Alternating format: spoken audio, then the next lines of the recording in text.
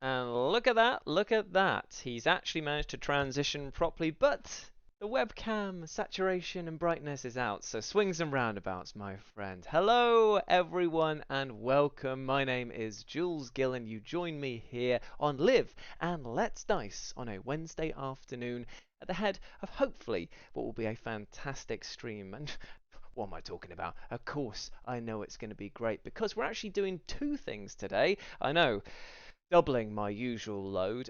First off, we're going to be doing some orc scenery painting later on today. We're going to be painting this orc bunker. And I need all of you guys to suggest what graffiti and color schemes to do for it. I know it looks like just like a sort of like black log here, but trust me that this will become something beautiful, or at least very, very orky. And we're actually going to have a special guest here today, because we're going to be getting the one, the only, Beanie from Living Let's Dice. I mean, admittedly, it's a bit less of a surprise when you start calling people from your own ranks in. But yes, Beanie will be joining us here today, because he and I are going to break down every single part of the recent Warhammer doubles tournament that we did. We're going to talk about like how we felt about it, our first tournament experience, tips and tricks, and sort of how to get acclimated with the sort of thing. So if you've got any interest in competing on, well, in the Warhammer spectrum, then we'll try and give you all of our knowledge, which admittedly is pretty limited, seeing as we've only had one tournament apiece, but I feel like it's probably best, therefore, to take it from somebody who's probably going to be going through the exact same thing later on. So yes, hello everyone who is joining us here today. Apologies that the microphone quality is a lot less than what we're used to, but it's because of the fact that I've had to move from there. I know you can't, metaphysically it doesn't actually exist to you guys here, but I went from there to here, and that move there is huge. It doesn't seem like it, but according to my webcam, it definitely is. Do you know how long it took me to light this scene as poorly as I've done it now? Too long. Too blimmin' long, I'll tell you that much. Hello to everyone who's joining in the chat. By the way, it's good to see you all here. Hello, Shadow Star. Hello, Steve Clapton. Hello, Lone Jedi. Hello, Eternal Golden Braid. Hello, Kat. How's it going, my love? You okay? Hello, Droid Factory. Absolute ledge. Big props to you, Droid Factory props. I keep seeing your name pop up, and I'm like, there's a long-term supporter right there. Big love to you. Little cheeky kiss. Pat on the head. Pat on the head for you, my friend. I would do the yes brother thing, but I can't even do that because of the stupid microphone thing. This is how technology works, isn't it? You've got this amazing thing, wireless, can talk to you. That's great and all. Why can't I get this to play silly sound effects through, but I have to use a stupid condenser mic in order to do that? dumb.com/my life.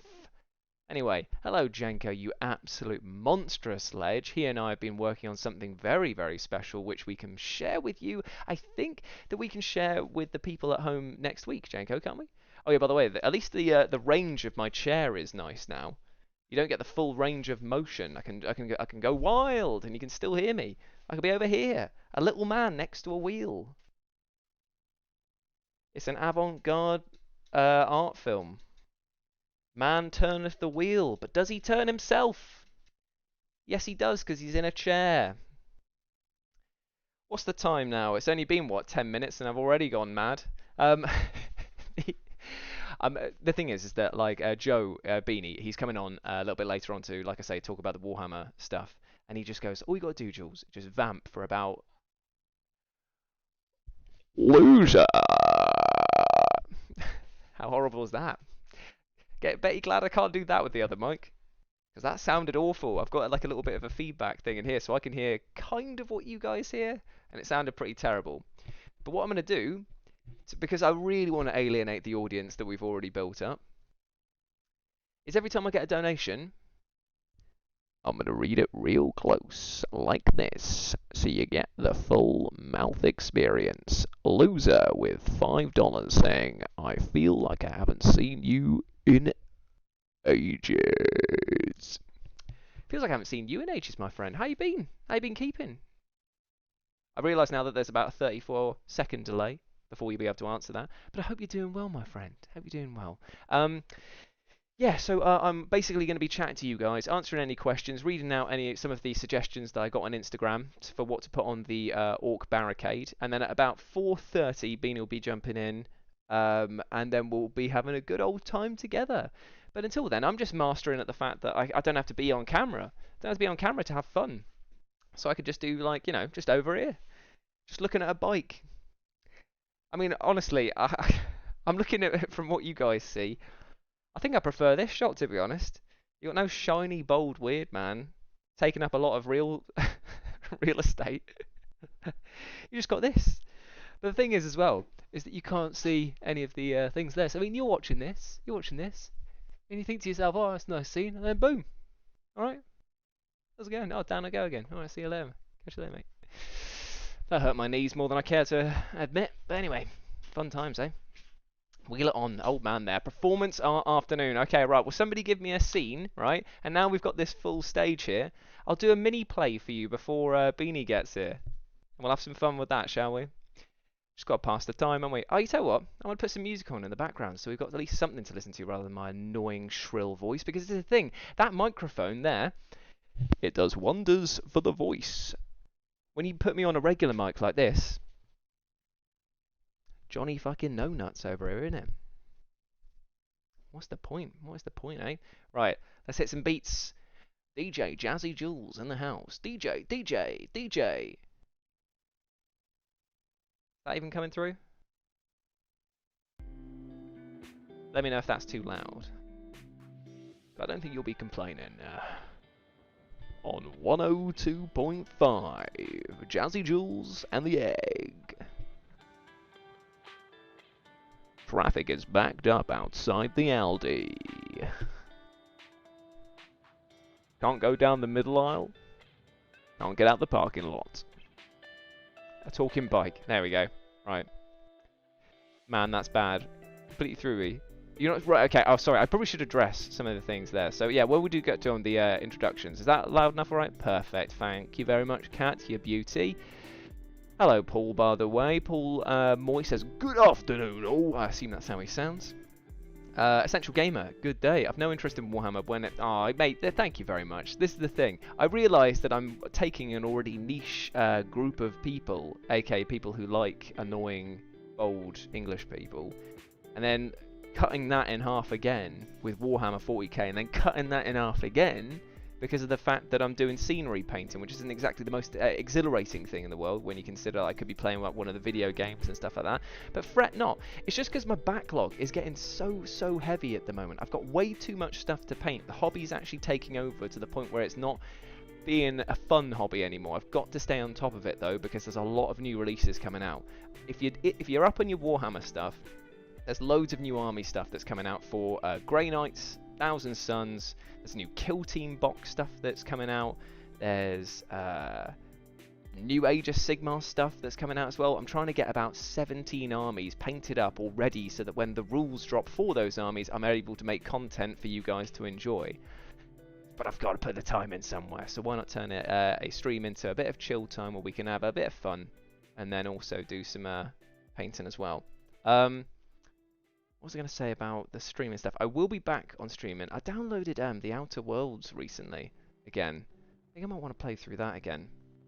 Anyway, hello Guardians in. Hello Typhus. My least favourite Warhammer model to come up against because he is brutal in combat. Typhus that's stinky. Share it whenever you want. I'm not the boss. You are the boss, mate. You're the big boss. You're the gaffer around these parts, I hear. I'm the gaffer now. Performance art afternoon, we're going to do that. Hello, though. Oh, Cybots. Hello, Joseph. Hello, mate. How's it going? I am going to be doing some stuff on Twitch. I'll be doing gameplay stuff on Twitch, and anything related to the Warhammer hobby or tabletop stuff, I'll do on YouTube. Because even though it does split things a little bit, I just feel like it makes more sense to have video games on a, let's face it, a more video game-centric platform. Maybe I'll move over there further down the line, but finding the time in order to hit... I can't remember if it's affiliate or partner. I won't be able to do 8 streams in a month unless things start changing, so there's kind of no point me pushing for that at the moment. So it's just going to be the occasional one here and there where I feel like it doesn't fit on Live and Let's Dice. When hobbies become a chore, I know, man. It's just that it's a first world problem, that, isn't it? Ridiculous. Surviving, loser. Loser says they've been surviving. Hope you and the rest of the lads have been good. Mate, I've been very, very good recently. Things are ticking on well with the garden. Kerry's dad's over right now, actually. In fact, helping move some stuff around, flatten some earth so that we can start putting in gravel and paving slabs and stuff like that. So that's coming on really nicely. What else is happening? Been doing a lot of Warhammer. Been doing a lot of hobby stuff, as I said before. Work's ticking on fine. Family's fine. Finally getting to go see my mum. Hopefully, maybe early September. We're thinking like the 1st or the 3rd. I might just pop down there and go see her, which will be nice. Haven't seen her in like a year and a half. So very excited about that. Am I looking forward to the new Grey Knights Codex, says Steve Clapton. In a word, yes. Very, very excited about that because I run quite a lot of Grey Knights. It was an army that was started by Lawson. He was just like, I've got some spare, do you want them?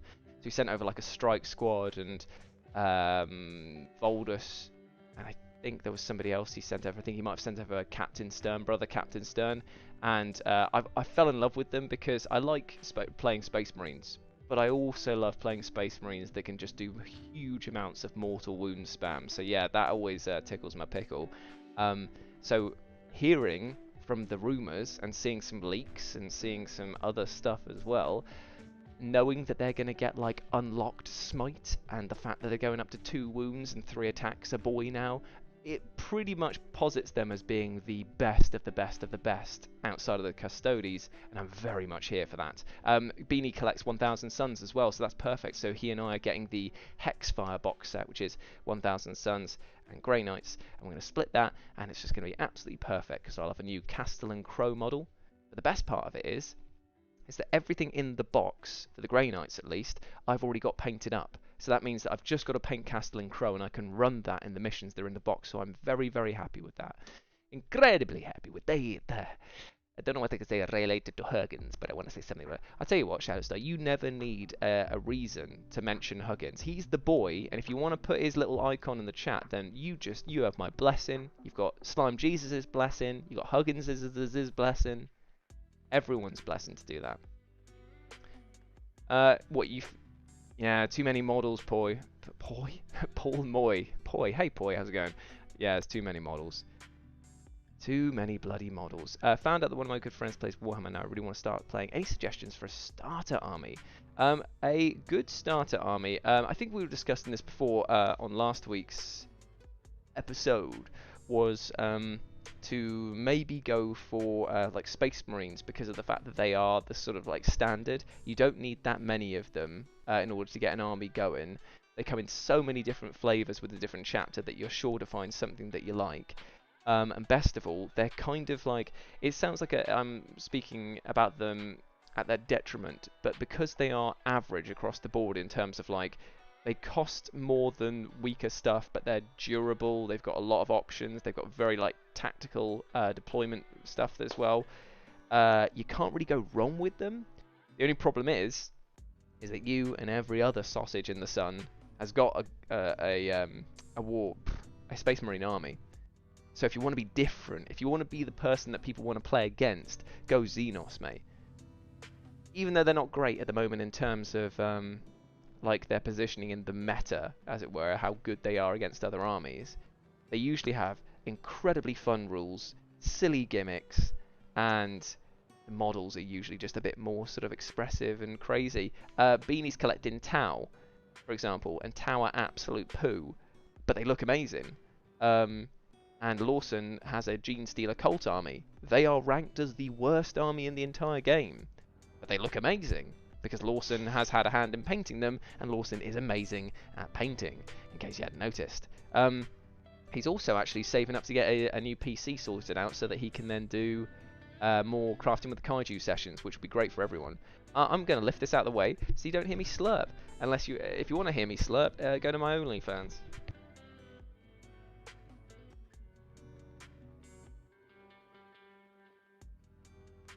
Slurping in silence. Just how God wanted it to be, you know what I'm saying? A little slurpy. The framing of this is actually quite nice, isn't it? I feel like the negative space is just like not taken up. The negative space is filled by the bike. Now if I do this, we can pretend it's some sort of like Rube Goldberg machine. Like I'm doing this and some crazy thing like a cupcake thing is spinning. That's going to get annoying though.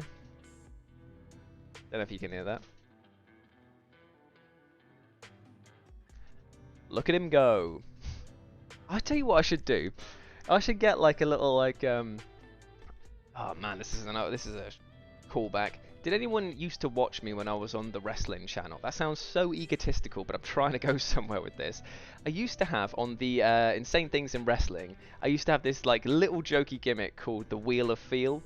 And the entire concept around it was that I would spin the wheel and I would talk about a match. Now, the original gimmick was that it was meant to spin and I would just keep talking about the match until it stops. But what it turned out to be was that I just stuck a load of faces all over it and then span the wheel and then stopped it, and it's like, this makes me feel like this, and then I would try and come up with a point that related to that image that was on there. Problem was is that the wheel wasn't weighted properly, so that meant that it always landed on angry, which, to be fair, given the amount of stuff that was going on, actually worked out pretty well for me in the long run there, so it was good. Oh my goodness, is that Dr. Bacon? Hello, my friend. God, I haven't seen you in ages, mate. I hope you're doing well. Oh, and just become an army supporter. Become a member. Thank you very much, mate. Big bless, you massive ledge. Trying to get Big Bless over now. As you well know, guys, I get very bored of my gimmicks very quickly because I record so much stuff. So I'm just constantly trying to do... Nice. Oh, Big Bless. So I'm chucking out Big Blesses now. Hashtag Big Bless. Oh no, I slurped without the mic on. Oh, with the mic still on. I apologize. I apologize, my friends. I remember the wheel. Yeah, see, that's the thing. Bacon remembers, man. Bacon and I go way back, it seems. Oh, dear me. GX Lobes. Globes. Hey, good to see you, my friend. Good to see you too. Good to see you too. Yeah, I'm doing very, very well. Thank you very much, by the way, Seema. Hope you're doing well. What's my favourite new model? Says Sean Schultz.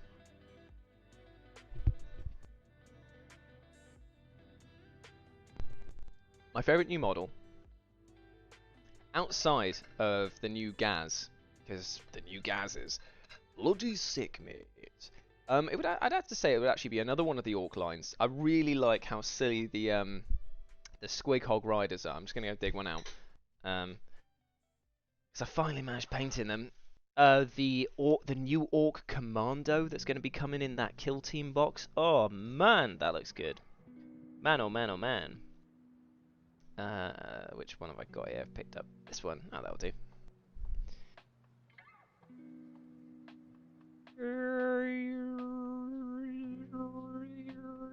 Okay, is it going to focus? Probably not. Classic. Focus up. Is he going to focus? If I turn the focus off, is that what I've done? Well, you can't really see it here, but it's basically... It's an orc who rides a pig into battle. A squig pig. They try to make them sound hardcore by calling them like squig boy ball riders or something like that, but it literally is a giant mushroom pig with a wheel for legs. How can you not love that? Absolutely brilliant stuff. So yeah, I got to play with them last night in an upcoming battle report, which is going to drop onto the channel on next Monday. Me and Beanie played another one of our Crusade matches, Alpha Legion versus the Orcs, and we had a really good time. It was actually one of the best battle reports we probably ever filmed because there was everything you could possibly ask for in it. There was ridiculous over-the-top luck when it came to dice rolls, there was silly stratagems being used at the perfect time, and there was a little twist as well that meant that even if units got destroyed, there was the option for them to do some damage on the way out, which was very nice indeed. Indeed, so I had a good time there.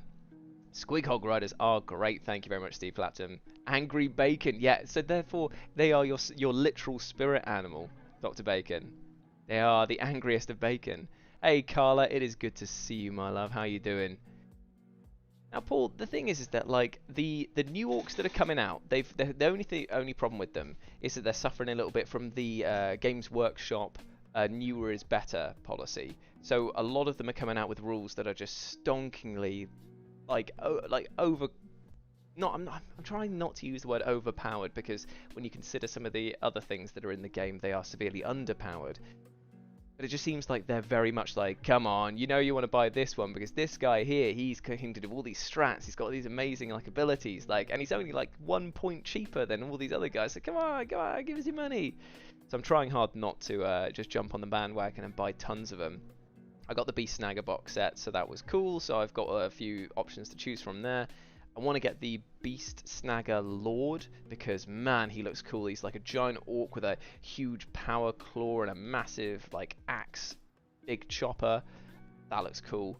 And this guy, a thing called a Whir Boy, which is basically our magic casters. But this guy is so infused with magic that they focus into his eyeballs and they shoot out like laser beams. So yeah, I really want to run that guy because that just sounds like a hell of a lot of fun. Plus it gives you access to a load of new spells, which I'm definitely looking forward to using. He bowed you off. Hello, Lawson, my friend. Hey, champions. How are you getting on, my dude? How's today been? Hope you're alright. The chaotic nature of the orcs is why I love them so much.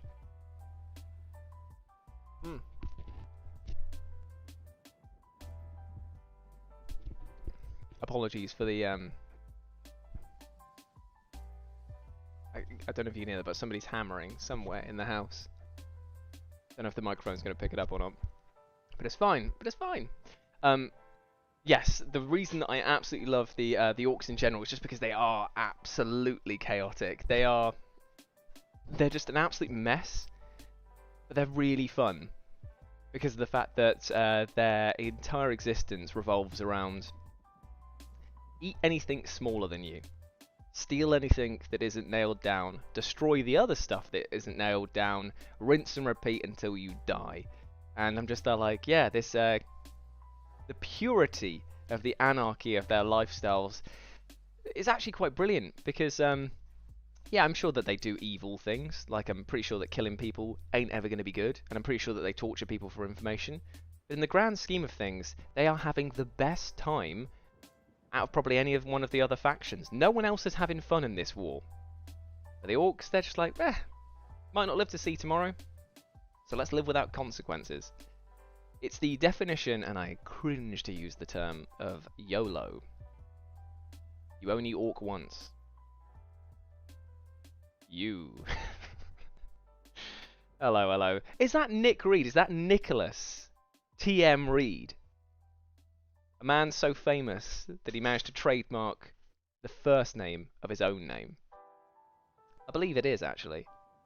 So, for those of you not in the know, Nick Reed, aka Tremors 40K on Instagram, is one of my Welsh friends from home. Don't know why I specified he's Welsh, but maybe it'll colour your opinion of him or me telling you about him. He's an incredibly nice man. Father to be.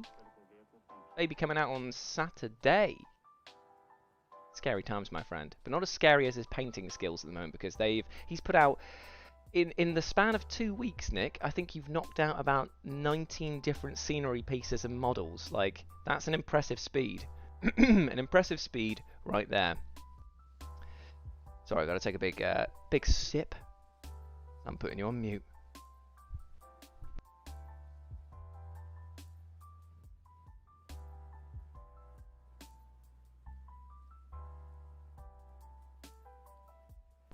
Now, loser, you might argue that Slaanesh is having a great time, but he's lost in the warp void at the moment, isn't he? Because all of his followers are trying to find him again. He's the lost god. Or am I getting confused with Age of Sigmar? 40k, he might be running rampant. I mean, the Emperor's children and his devoted followers, they do love hedonism, but there is obviously the twist that they're never satisfied. They never ever get enough. So that means that even though they are technically enjoying it in the moment, they're never ever like satisfied. Whereas the orcs, a good crumpin and a good meal and a good bounty of loot, that's going to keep them happy. I mean, admittedly only for an afternoon, but still. An afternoon of not being killed by an orc, I'd say, is a pretty good life. Oh, I'll tell you what else I've been doing recently. I've been watching The Wire with Kerry. Now, I've hands on heart, not seen The Wire all the way through. Just finished season 3. Don't spoil anything for season 4 onwards, please. And my God, what a great TV show it is. When I started watching it, I think I was put off a little bit by how, like, keep up the entire format was. Like, it wasn't like your procedural detective shows where they would just say, like, you know, Here's the formulaic thing. Here's us clearly explaining what we're going to do in a very, very simple terms. This one was like, it was running from the very start and just saying like, look, you're coming into this story. It's not just about a group of people. It's about the entire city of Baltimore itself. So keep up or fall behind. And I remember watching the first 2 episodes and being just a bit like, oh, am I ready for this sort of thing? But after seeing the conclusion to season 1, then the frustrations of season 2, and then seeing that culmination in season 3. Again, I'm not trying to spoil any key points just in case people haven't seen it. But man, I sat there at the end of season 3, and I just went, wow, I can't believe has happened. And Kerry was there like, I know, because she's seen it before, and I'm just there like. And the best part is that as soon as she said to me, as soon as we're finished with The Wire, we can start watching The Sopranos. Pretty sure that's what every person around the world really wants to hear. It's not I love you. It's not well done on a good job. It's let's watch The Sopranos next. Very happy with that.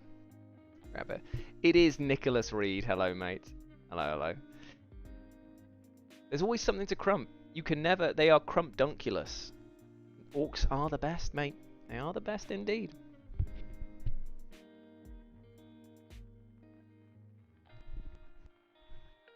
Yeah, they they can't get enough, mate. Janko, they cannot get enough. There's always more murdering and evil to do. This is the thing. You should never ever judge a person by what army they want to collect. Because I actually only saw the fact that the Emperor's children had like pink armor and gold trim before being told what they were about, and I was just like, well, no one's good in 40k, are they? But I definitely get a few funny looks when I rock up to the table, and I'm just there like, yeah, here's my Emperor's children army. They're like, oh, Emperor's children, is it? Okay, all right, okay, interesting. I'm like, shut up, you're playing Tyranids. You're playing Guard. You're playing Krieg, literal Nazis. The joke, they're not actually Nazis, they just look like World War I German soldiers. It's the entire gimmick. Right. No! Lawson, no! It's not what I'm doing. Remember, you joined a bit late, so you don't know, friend. I'm having a little chat and a chill. Still haven't got a request for, what's it called? Impromptu theatre. But we are going to be painting this. Looks like a sort of very aggressive turtle shell, doesn't it? I could live on it. We're going to be painting this orc stronghold piece there. And Beanie's going to be joining us in a minute. And we're going to be talking about our recent tournament experience. And then we'll be getting some painting done as well. So that'll be good. That'll be good. I'm just going to check my Discord to make sure that he's not messaged me yet. No, he's not messaged me yet, but he will be joining on. And apologies if I have to like shuffle some stuff around because I'll need to get the window capture up, but we'll make it work. We'll make it work. How can you not like an army that brings electric guitars to battle? Although there's a Death Guard player, a bit ostentatious. This is the thing. I absolutely love the fact that they've got the Noise Marines. It's annoying so much so that the it's a classic Forge World thing, where the Forge World models are just so much nicer. The sonic blasters that I think they're called the cacophonic. Can't remember what the name of the unit is, but they are just like monstrous speakers with mouths. And then you get the like piddly little ones that the sonic blasters that you get in the regular 40k games. I desperately want them to release a plastic kit for the Noise Marines because man, they need a new one. But then again, if Orc Boys can get a new plastic kit, then there's still hope for the Noise Marines further down the line. Yum. Yes, Simo, we will be having a good old chat about that. Oh, Nick Reed loves red and he loves silver. Cacophony. Cacophony? Cacophon. So, oh, cacophony. That's it. I was looking at it just thinking like cacophony. There is a word that I know and it's cacophony. Blue is also a nice colour. We actually need to decide what colours we're going to do with this. I'm thinking of doing the classic rust technique. So we're going to do a dry brush of... Where is it? Dry brush of Warplock Bronze first, because that makes a really sort of dirty, muddy, rusty colour. Then we're going to dry brush over the top of that the other absolute staple of Warhammer, some lead belcher, because again it's a bit grubby, but I'll do that lighter so that you'll be able to see the sort of like orange and dirty bronze underneath. And then it's just going to be a case of picking out panels and deciding what colours we want to do them. So for example, along here, these little like metal armoured sections, do we want them to represent a specific clan, or do we want them to be like a specific colour? I could maybe paint something on them. I'll read out some of the suggestions that I got on Instagram for what graffiti should go on here. Some of them were really funny, actually. I enjoyed reading them a lot. So thank you to anyone who actually did pop in their suggestions. Oh, okay, cool. Instagram's just decided to break, so let's try that again. Come on. You can do it. There we go. So, I asked the question, what orc graffiti should I put on this piece? I got a can of peas with a jolly green giant from O. Samuel G. From the fox that paints Zogoth. From I'm a JP. The Red Gobbo was here. Kilo 2 Bravo said Miller's Bold Head. Certified Scott said this bread is not what it seems. No, not going to do that one. Kairos the Animal said shiny egg, or do a shiny egg. Just do a shiny egg. Do it a shiny egg. Red is for wimps. What else do we get on this? Oh, we should do a pair of handprints in blood with some fingers missing, said John Cassell, who I met when I went to Lucca to do the Dungeons and Dragons event that was there, that was sponsored by Death Saves, which was very fun indeed. Good man, good man. Oh, is Bean here? Beanie is here. Hello, my friend. Cool, right, I'll give you a phone in a minute, my dude. I should put the decapitated heads of my enemies on here. Interesting. My personal enemies or not? A giant bearded cyberpunky egg daddy head, says Autumnal Void. Joren the intern said I should put dogs can't look up on it. A lot of people saying egg daddy, Banksy, dead. Oh, Carl Lord 01 said dead orc alive, you're coming with me. Catty LaFatty, who is one of my friends, says that I should put your fucking Doyle. I should put that on it. Oh my Christ. Slime Jesus. Orcs are the best, or Morks was here, said Hallahan's illustration. Egghead Gang says Mafu. Ethan West says, where are you streaming? Oh, I think he meant just that as a question, where am I streaming? That would be very strange graffiti. Although, kind of like prosaic in a way, wouldn't it? Because you'd think to yourself, like, you look at it and be like, what does that even mean? And then the orc would come up and just stab you, because you just wouldn't even realise. Verston says Gazgul is a squig botherer. Gilliman loves Gretchens. Beaky's fear the boys. Should have one per list or one per week on that one. Verston said, Yada's a grot. I quite like that one, actually. Gorka Morka should be put on there, said Big Bad Baz. What a great username that is. Humania Hugh said, just put a massive penis on it. A Fang and Bang, aka Mr. Mikey, says I should put I'm a big fat fart on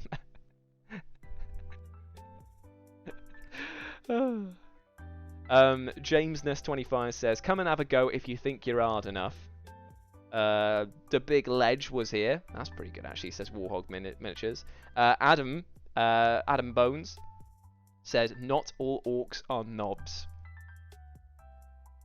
Bad Wolf. Kaiju should be on there, said Crazy Doug. Slugs, not drugs.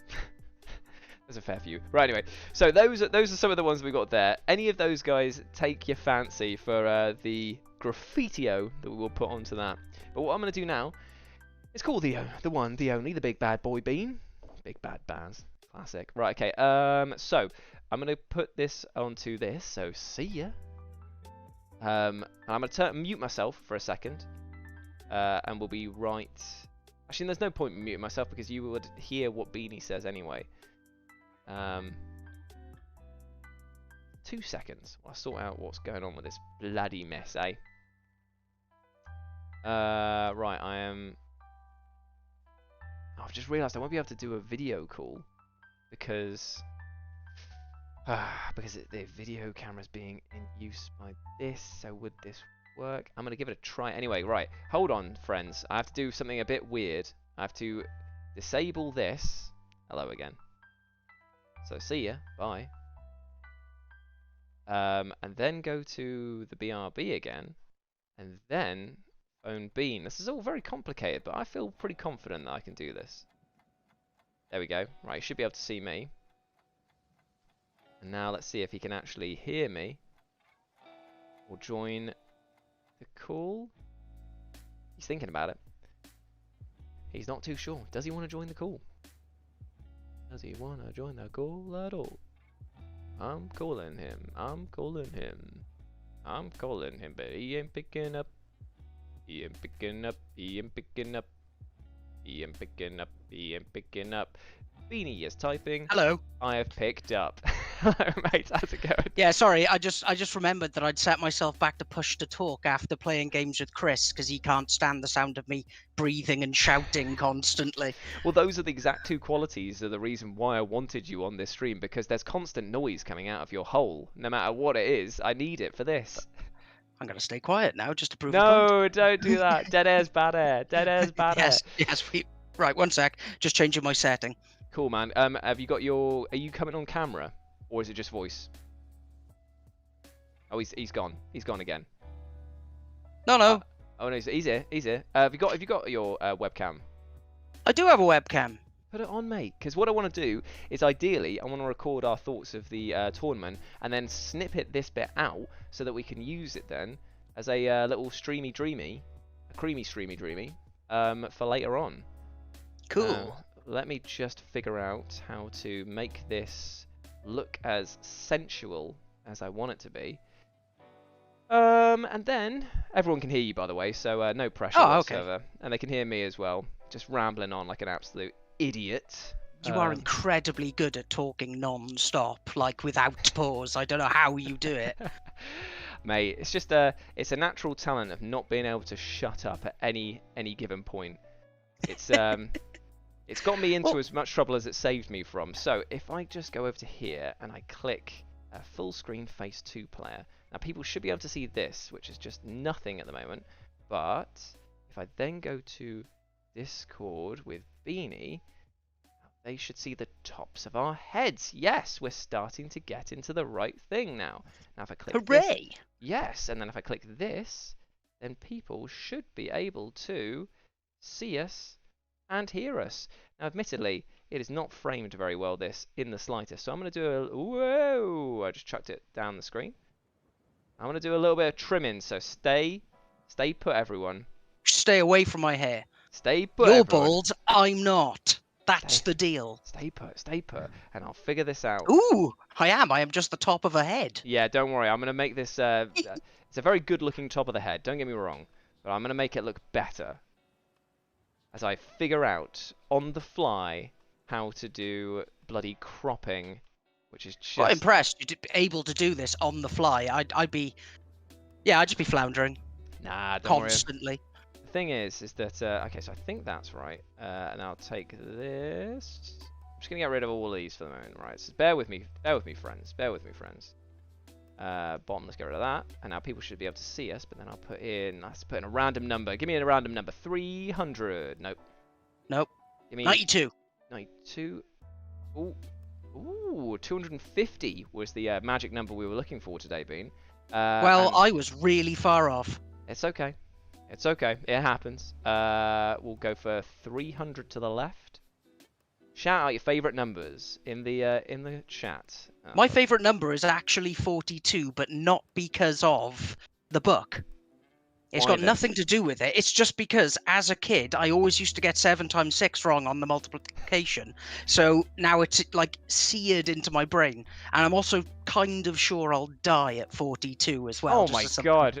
prophetic thing that goes with it. Why would Yeah. you say that? Why would you say that?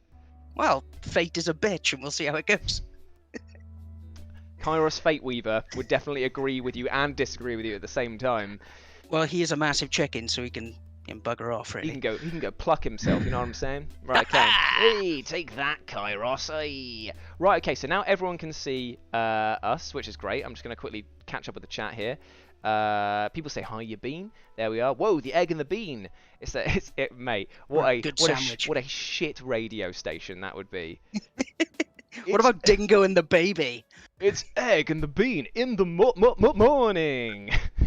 Could we entirely do the show with just button clicks of things like DJ? Mate, I want to live that life of just DJ, but unfortunately.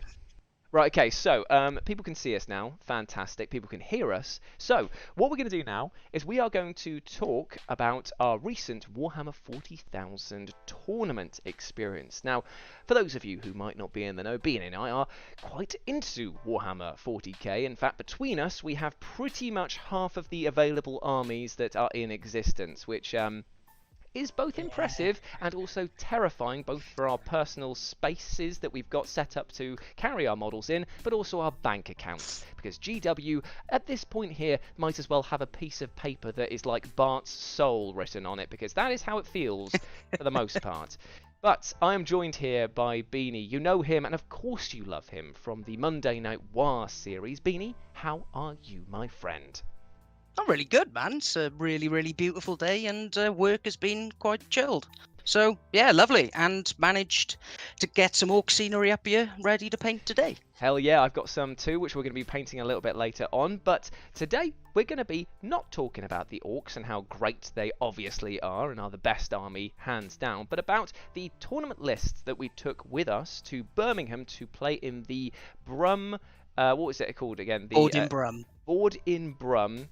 Doubles tournaments where you take 1,000 points each, smash them together to form a sort of pseudo army. It can be of any different faction whatsoever, and you play against other people for prizes, renown, and obviously sweaty, disgusting glory. Now, it was so sweaty. It was so. We'll get on to why, because it was fear, nerves, and excitement, and also the fact it was the hottest day of the entire year. Anyway, we'll get onto that bit. So, the list that Beanie and I took Space Wolves, and he took White Scars. For those of you not in the know about what those two factions are, they're both Space Marines. One is kind of like based on... it's Mongolian tribes, isn't it? With lots of horseback, or in this case, bikers, who do lots and lots of, like, well, incredibly quick advancing and smashing, isn't it? Yeah. Yeah, it's you can advance and fire assault weapons without penalty. Plus, you can advance and charge and fall back and charge, so they just get about. Yeah, and yes, they are like the pseudo Pacific Asian kind of themed army of the Space Marines, so they're very cool. There's just so many cool bits about their lore. The fact that they have these incredible, like, they ride so fast that, like, the lightning around them is like they're dodging the lightning, but it's also working in their favor, like they're calling the storm as they charge into battle. And on the flip side, I was running as the Space Wolves, which are basically like space Vikings who have a dog fetish. They are ridiculously wolf-centric, to the point where I'm pretty sure that if you're a furry, you probably automatically just find yourself going towards that army. I'm not. No kink shaming here, but also no. No. So that was our army. We smashed them together to form the one and only, the worst named team that we could think of, the Lightning Lupines.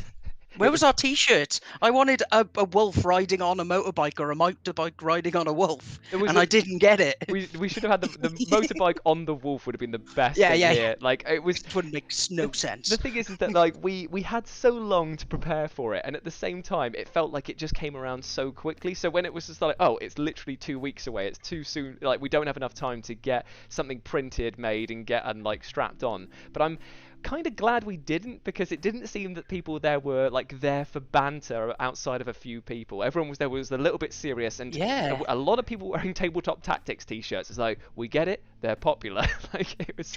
Yeah, it was weird. I didn't actually see any other channels being represented in T-shirt form. It was just all tabletop tactics. Lots of people- Testament to them, really. Yeah, man, absolutely. They are a fantastic channel. If you don't know who they are, check them out, because they make a quality content. Yeah, they so do. we had our list there, and we went up against. We had 5 matches across 2 days in Birmingham, and unfortunately, it did happen to coincide with the hottest weekend of the entire year. So it meant that the aircon that they had provided, which was basically a big fan at one end of the room. Don't call it aircon. That would suggest it actually conditioned the air.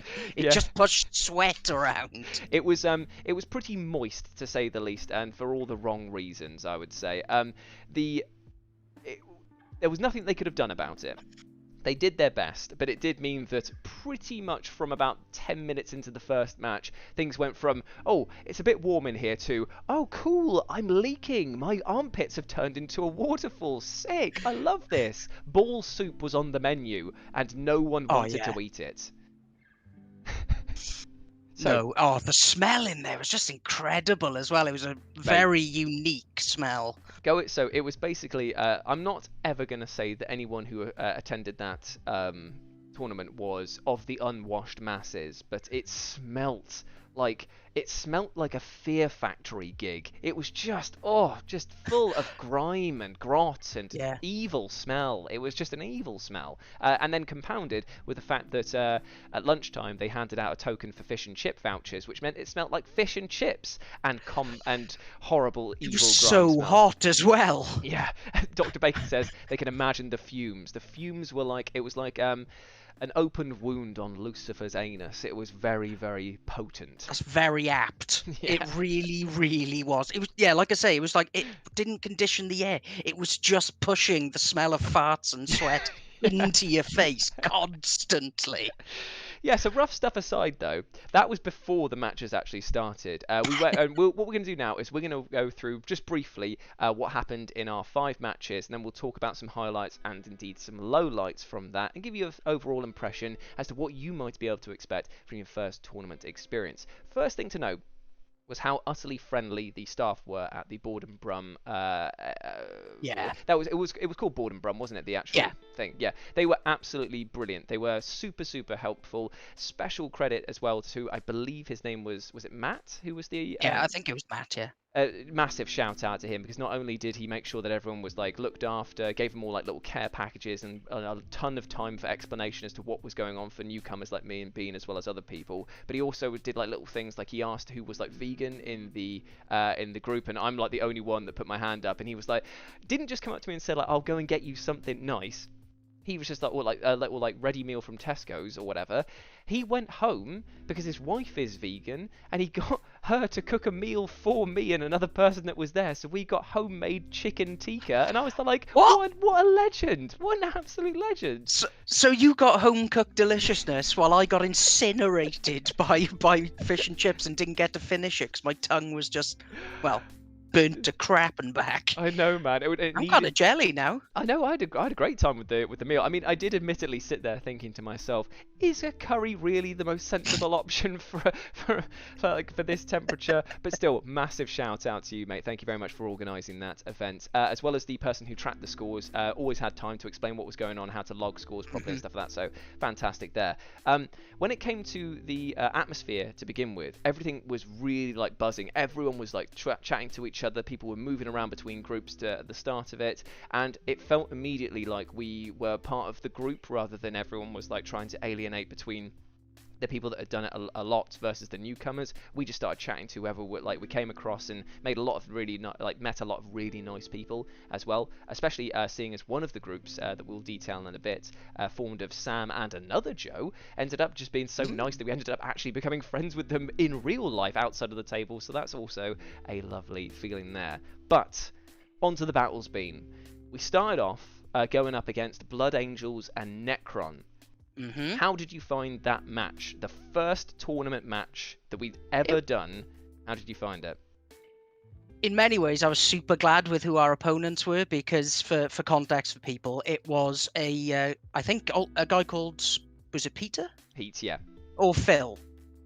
It was either of them. No, it's Phil. It was Phil. Phil, yeah. Yeah, so Phil was there with his stepdaughter, and called Nim, and she was the only girl in the entire tournament, and she was so enthusiastic, and she had a lovely little Necron army. I felt really bad for her later in the day because of the heat. Yeah. She had to go home, didn't she? Yeah, that wasn't good for her. No, but aside from that, we had a really good game with them. They were really, really friendly, and if I remember rightly, we utterly crushed them. Yeah, they had to concede turn 3, I believe, because we went first, got everything into position.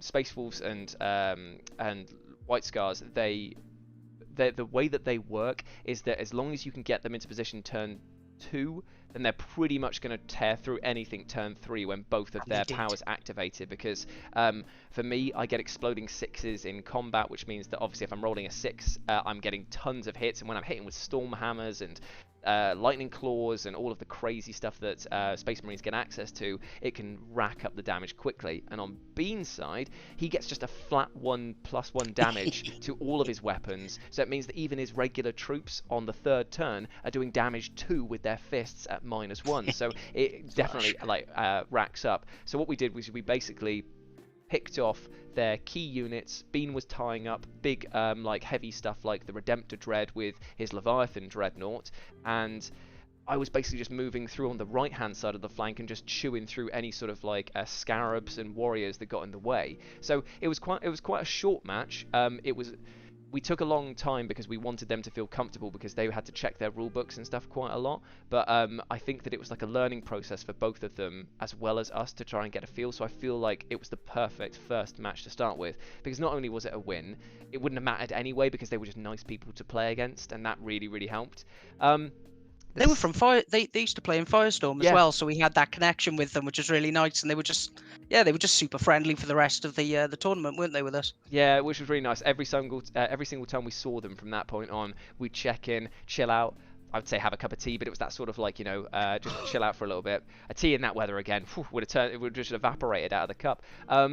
So then we moved on to the utter salt pile that was Double Drakari. Now, for those of you not in the know, Double Drakari is one of the meanest combos you probably could have taken to that tournament, because it's they're in a really good spot in the meta game at the moment. They've got incredible maneuverability. They've got loads of bodies that can capture objectives quickly. Rerolls. They've got tons of rerolls. They're hitting on 2s, wounding on 2s because of their poison stuff they do.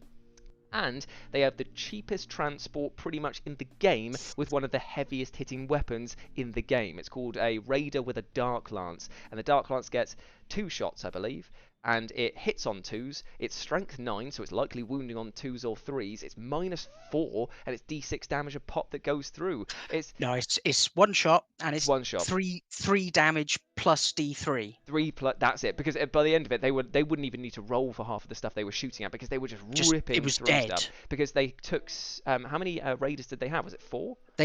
They had 3 raiders, but they also they had 4 raiders and 2 ravagers, which are basically... and the ravagers 3 dark lances per boat. Yeah. And it was, oh god, I'm getting flashbacks to just watching everything go. Now, what we had here was a taste of basically it was a wake-up call to not only were we gonna have some very difficult matches ahead of us, but also some slightly difficult opponents as well, because try as we might to have a good time with these guys, they weren't necessarily friendly. I would say, not to be mean, I'd say that they erred on the side of a professional tabletop player rather than being just an out-and-out arseholes. I just feel like they They were not there to have fun. They knew that they were going to win, because one of the first comments that came out of their mouths was, "Yeah, we know how to deal with Space Marines," which is like, it's a bit of a dickish thing to say, but I kind of know where he was coming from. It was just because it's like it's like Math Hammer, like he'd done the things a million times in his head, and he knew how this was going to end up, and it was going to be bad for us.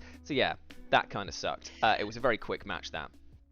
Well, I thought we did quite well in that match, actually, considering my Leviathan Big Die caused utter carnage and terror for the whole thing, and he should have been dead within the first turn, considering how much anti-tank firepower they had. Yeah. And he made it to turn 3 into their board corner. Yeah. So even though, like you say, there was a professional air to them, any humour they did attempt was like, you know, a brick to the face, not less of a joke. Yeah. And they did not like us chanting "Big Die" over and over again when we were rolling the saves. So what it was is that, like, every time that he had to make a save, we just went "Big Die, Big Die, Big Die," and then he'd roll it, and it would be like, you were looking for 4s, weren't you, or 5s? I can't remember. And you were just, it kept on coming up, and we were like, "Yes!" And you could see the reason that they weren't having a good time with that is because they were like, in their mind, they're like, statistically, this makes no sense. This should be dead by now. I have to waste more firepower on it. It was like annoying them, and in fact, that became our modus operandi going forward. Exactly. What happened is we knew we couldn't win on points at turn 3, but we realised from discussions with Pete that it was a case of, if you concede, you give your opponent every single secondary objective and possible primary objective points that they could have got, which meant that you would be giving them effectively like near 100 points out of 100. Now, once we learned this, we were like, oh, okay, let's not concede because they'll get more points. Let's make their lives as difficult as possible. So we became basically character hunting machines. So my Wolf Lord on Thunderwolf was just like, okay, I'm not going to win this fight against these guys, but your sole character who does all of these incredible buffs is now open, and I'm going for him. And they were like a bit confused, like, why would you go for that? And the reason we did it to annoy you. To annoy you, to deny you having points for like having models at the end of the board, and also scoring our secondary, which was Assassinate, which you get by killing characters. So we were just like, balls to the wall, let's kill him. And in the final hit of the final round, I knocked his bloody spine out of his back. I was so happy with that, because it was the perfect thing to end on, to just be like, lads, it was a good game. Killed your character. Enjoy that. You killed Drazar, that was it. And Drazar is like he's like the fallen incubi of the craft worlds, and he's like god of killing Space Marines, and you bite him right off. He didn't even get a look in, and when you consider the amount of you fight last things that they have, I was bloody impressed with that. I was like, he didn't even, my Wolf Lord didn't even attacks. Yeah, my Wolf Lord didn't even lose a single wound, and I think the dog killed him. That was the funniest bit about it, because it was the teeth and jaws, and they were like, oh, this isn't going to be anything, and then it's like, wait a minute, 3 attacks with the teeth and jaws, and it was like, they've hit, they've wound, you failed the save, big die, big die, big die. Just chanting that at them constantly. Yeah, so I don't think we were their favourite opponents of the afternoon. Although they did try to come over and see us again later on. Yeah, but I think that the damage had already been done because they were a bit surly. I believe that one of their teammates was much happier than the other, and I feel like one of them was actually quite grumpy about stuff, but I feel like his teammate was kind of almost like nudging him, like, remember, there is an award for best sportsmanship. Like, come on, get into this. Stop being a knob. Yeah, exactly. But yeah, so we lost our second game. Boo earns, but we ended the day, the first day of 2, with a fantastic match against Sam and Joe, and this was a showdown for the ages, because Sam and Joe had been chatting to us like on and off throughout the day, and we had an absolutely we had like already built up a pretty good rapport between us. And Sam came out, cigarette like that, and he was just like, Jules, and I was like, what? And he's like, we're playing you, final match. Threw his cigarette on the ground and walked back in, and I was like, oh, no way. And they were running Space Wolves and Necrons, and so we just had an utter blast. We basically said to each other, like, we're not gonna play this in like the tournament fashion. We're here to just have a really fun game. So we chose a silly objective, which was it's a Space Wolves specific one where you pick Warrior Pride. I think it's called a Mighty Boast. And what you do is you choose a HQ on their side, No, you issue a challenge to one of their HQs on their side and say, I think that my warlord is going to kill that guy in combat, and if you do, you get 15 points. And it is like, so he chose my warlord and I chose his warlord, and Beanie and the two Joes were just like, these fucking guys, what are they doing? So we've got nothing to do with this secondary. All right, I'm just going to go do my own thing. But we had an absolutely brilliant game there. Sam pushed all of his Space Force forward with Ragnar, had Outriders, had Bjorn the Fell-Handed, who went straight into combat with my Wolf Lord, and Joe went in with his Necrons that were just tying up different areas of the board, because my lord did they take Do you a long remember time his to kill. saves?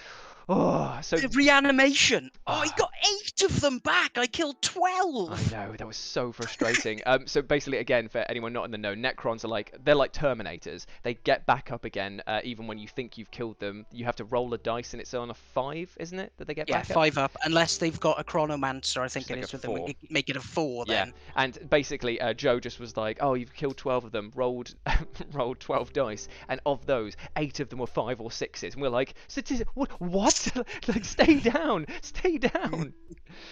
So yeah, that was very, very That was our fun. best scoring game, though. We nearly got a perfect score. We were 3 points off the perfect score that game. I feel like Somehow.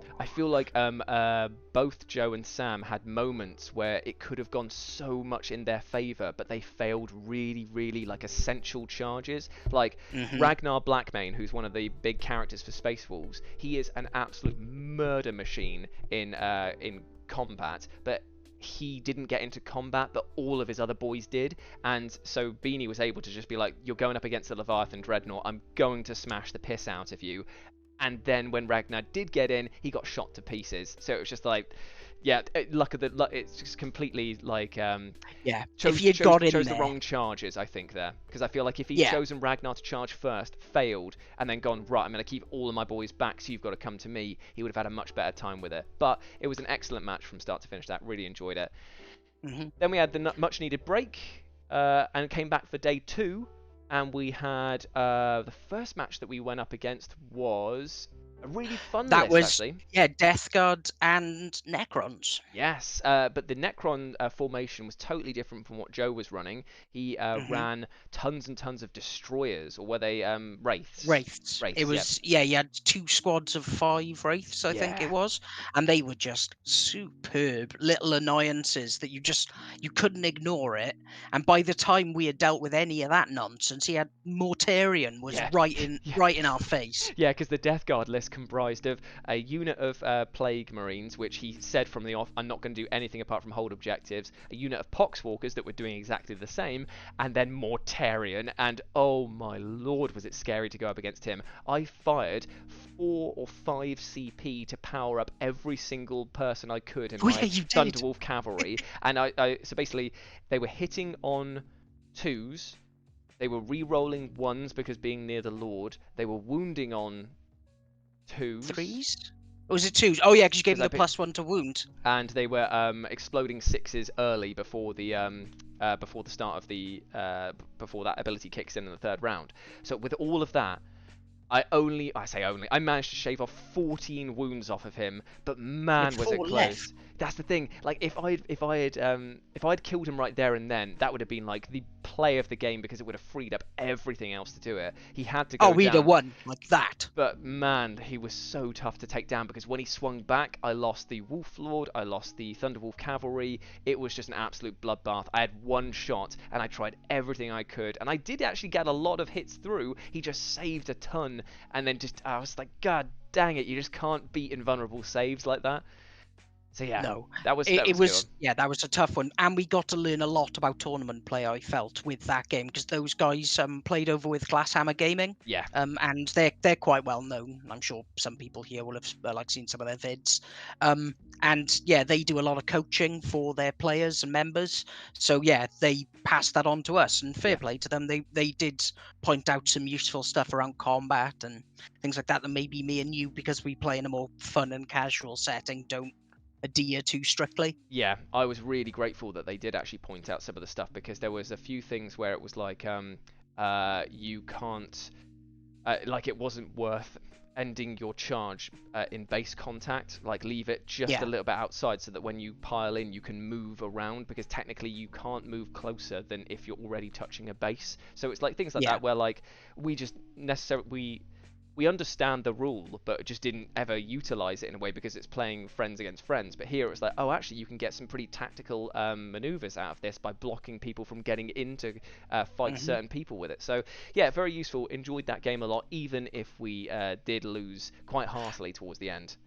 Oh yeah, they battered us. I think it was something like 94-27 or Yeah. something equally lame. If you've got to imagine, like, Yeah. we forced outward with like a spearhead, but unfortunately got crushed back, and it meant that we had nothing else to push up with, so they just dominated the board. We tried our best, but it just wasn't coming up. It came up roses, but on our graves. So then we played. Oh, then we played, I would argue, the worst match of the tournament, because if the double Drukhari could be listed as professional wargamers, I'd say that the final group was competitive, hyper-competitive wargamers, because they were running Sisters of Battle and AdMech, and it was horrible. it was a beating like no other. It was, oh man, it was an army list that was so tough. I feel like it could beat up my dad. Like, it was just like not, I was not having any fun with it whatsoever, because as soon as it started, one of the guys there was like, okay, I'm running this Scutari bomb that is like doing the rounds at the moment, and he's running the Morden Vale, everyone superpowered Celestance bomb. You're basically gonna die. Sacrosanct, you had the Seraphims. Yeah. Like, there was nothing we could do, because he was like, okay, I'm just gonna do at least 6 mortal wounds to you right now. And this Scutari bomb is going to delete everything it looks at, because it was hitting with 17 times 4 shots. Yeah, -2 on a 2. Yeah. -2 AP. I think it was 2 damage on my as well, blade guard. Yeah, and it was on my blade guard. It was like, no matter how much I managed to, be jammy, there was just no way. It was, what was that, 68 shots? Yeah, like, yeah, it's just horrible. Yeah. And yeah, it didn't at any point feel like a game. No, it was constantly just like you started on the back foot and you just get pushed back and back, further and further into the corner. We didn't actually move out of our deployment zone because of the fact we couldn't. Every single time we tried to push forward, we were just met with a horrible advance of coming the other way. And the thing that annoyed me the most is, like, there was always a stratagem between the two armies that would directly hard counter, like an Uno reverse card, anything we were trying to do. Even like baked in rules, like us trying to get psychic supremacy by doing mortal wounds with like living lightning and some smites. The fact that they have every single Sisters of Battle unit can roll 1 dice, and if it comes up on a 6 they automatically deny it. I was like, he landed it so many times. Yeah, like to the point where I was just like, dude, this is like, I'm trying everything and doing it correctly, and I'm just losing because of luck now. And I was like, god damn the dice-based element of this game. I love it and hate it in equal measures. So yeah, it was a bit hardcore, that one, I tell you that much. Very, very a bitter pill to swallow to end the tournament with. But yeah, it wasn't fun. And just that was the one that involved comments about the wrong magazine on bolters, and the really awkward listing of every single model he's like ever owned. Yeah, there was. That took a while. To give some context to this, there was in tournaments you're meant to play WYSIWYG, which is what you see is what you get. So if you say that this guy is carrying an axe, he better bloody be carrying an axe, or have an axe on his model somewhere, so that your opponent can't say, I didn't know what you were carrying. Makes sense. Now, there is no point when it comes to things like intercessors to change the magazine of their gun, because no one cares, and you would have to be an absolute arsehole in order to actually point that out. Yep. It got pointed out, but it was done with the guise of, oh, well, you know, if somebody could say this. Yeah, somebody could say this about these models here, and could get you banned from the tournament, sort of thing. And I noticed that he said it just before Beanie started shooting with them, which meant that probably if the rolls went badly for the charging unit that was coming in, or the what was going on, he might have actually called somebody into it. And Beanie, whip smart, responded with, yeah, but wouldn't the person who did that have to be a massive cunt? Yeah, so yeah, it hit pretty hard, I'll tell you that much, because it was like, silence. Yeah, go on then, roll your dice. And it was just like, That's absolutely perfect. Neckbeard's gonna neckbeard, says Loser. That is exactly what it is there. And Sad Boy Shinobi says, this happened to me playing against Space Marines the other day. All of my AP strategies to make my Tau actually have some AP-1 was ignored because he was salamanders. Hard counter to the rule, isn't it? It's just rough stuff, mate. But yeah, so that is... oh yeah, Sad Boy Shinobi also says, I wonder if Sir Robin could have saved us. I just saw that come up and I was thinking... Yeah, actually, maybe. With his ability to not die and just jump around being a knob. He would have flown away and just gone like, ha ha ha ha ha ha, which would have been very, very funny indeed. So yeah, those were all of our matches. We walked away with 3 losses and 2 victories, which I am more than happy with for our first tournament experience. How would you sum up what we learnt and experienced over the course of those 2 days, Bean? An 8.5 edition codex doesn't cut it in the competitive world, would be the first thing. No matter how well we would play Marines, it just doesn't really matter. So... I agree. Drukhari are oppressive to play against. I would definitely say they really are. And Admech can fuck off at the moment. Because I'm glad they've had a little bit of a taming at the moment, because... Christ, it was just oppressive. And it was like, I'm a space marine, for God's sake. We're meant to be able to take a bullet to the face and go, it's fine. Yeah. But no, just everything died. I feel like... How about you? How did you feel about it? Do you know what? I loved every single second of it, even when we were losing, because I thought to myself, man, it is nice to play like big games of Warhammer in this sort of tournament scene and learn a lot. Like, I'd never actually played against Admech or Sisters in like a proper sense. I know we played against Berkey's lists, but those were like 500 points. Yeah, that was like 500 games. points. And it was a 3-player game, so one person just gets absolutely ruined unless you're playing the Live and Let's Dice mode, which we'll talk about in a different time. Yeah, I absolutely loved my time with it. I feel like what I learned from it was not to get super salty at moments in this game, because there's always going to be somebody who plays the game harder, has thought about the maths more, and is basically, this is their be-all and end-all. And I don't want to go down towards that singularity of my hobby not being fun anymore. Like, I enjoy playing this game so much that I don't want it to be ruined by worrying about how competitive my list is at the end of the day. Yeah, let's not min-max this game into boredom. Nah, exactly. Because basically, isn't it? If I rocked up with, like, the same list every single time you played me, then of course you would probably just be a bit like, yeah, okay, man, I either know how to deal with it or it's just not fun to play against. We're constantly trying to mix up our armies, change the armies that we're playing as, and yeah, sometimes we make mistakes because we're constantly chopping and changes between them, and there's always new rules to remember and stuff like that. But I have a great time playing with you. I have a great time playing alongside you as well. Thanks, and I think that going forward, I'd love to do another doubles tournament. I think definitely. I think that if we can't find one that comes up soon, then I would love to host a small tournament at maybe the new Firestorm when it comes up, in the similar manner that Deployment Zone are doing, and do like a mini doubles tournament. Like, just do an open day. Yeah, just do a bit of fun. So like no Highlander though, we discussed this. We're doing Singleton Highlander. Yeah, so if we ever did a tournament, then the Highlander rule would be in effect, which means that you can only have one model. You can't be running 3 blobs of the same thing if it's absolutely brutal. You've got to change it up to make sure that every list feels fresh and exciting. And it also means that you can't do double Drukhari or double Admech or that unless you choose a different order or whatever they're called, different like Forge World. You can do that, but no one bringing in like 10, double Lucius or 10, double Bloody Rose. Like 10 Chicken Striders and the 2 Morden Veils. Nah, get out of here, sort of thing. So we'll have that. It should be a lot more fun doing it that way as well, because nobody can get a properly tuned list. Yeah. And I did sit down and I did a bit of battle scribing, and I figured even the Harlequins can actually support a build like that. And they've only got like 4 models to choose from, so everyone is fair game. And the best thing is as well is that I think that what it really encouraged me to do is the next doubles tournament that we go to, I might not even build like a super competitive list. I feel like we tried to build the most competitive list that we had out of the models that we had access to.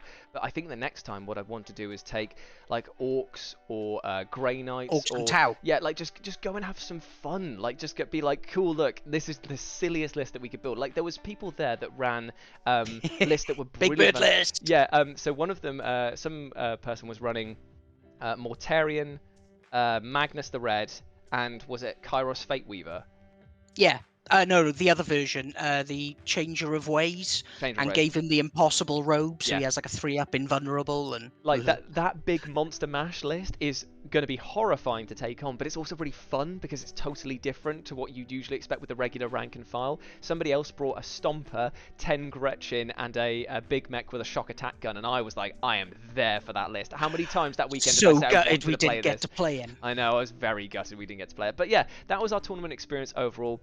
Had a fantastic time. The only like sort of tips and tricks that we can give you are make sure that you introduce yourself as soon as you get there, because it is much easier going forward to be part of the group rather than feel like a little bit that you're out of the way. It is people there are in the exact same position as you. No one's there that are going to be outwardly mean to you. We never met a single person that seemed unfriendly. Even the more competitive people, at least they were trying in that sense. Everyone was courteous. So just go in there with a positive attitude. Don't worry about winning. Because, trust me, you will find somebody there who's thought about it longer and harder than you. So just go and have a good time. Yeah, just go and have a good time. Because I would also definitely recommend that if you're going to do your first tournament, try and find a doubles tournament. Go with a friend and play alongside them, because it makes it so much easier. I think that I would have been a lot more nervous if I was playing on my own against other people, because I feel like I would just be so focused on the game itself that I wouldn't be able to relax. And having Beanie there was just kind of like my anchor point. We're having a laugh, aren't we? Yeah. We're just having a game, and you could. There's nothing better than just being able to shoot them that look of like, seriously, like sort of like, what is going on? So yeah, really good time there. Had a great time. We'll go definitely back to Borden Brum again when they put on another doubles tournament, because I feel like that entire area, that location, and that crowd was. The community was absolutely spot on. Yeah, and where we were staying, like, it was just super convenient in terms of, like, there was a pub there, there was food there. 10 minutes down the road, and what was it, like 2 or 3 pubs literally within like a 5-meter radius of each other. So I was like, yep, this is perfect. This is absolutely perfect. Oh, and Jules got recognised, and it was really funny.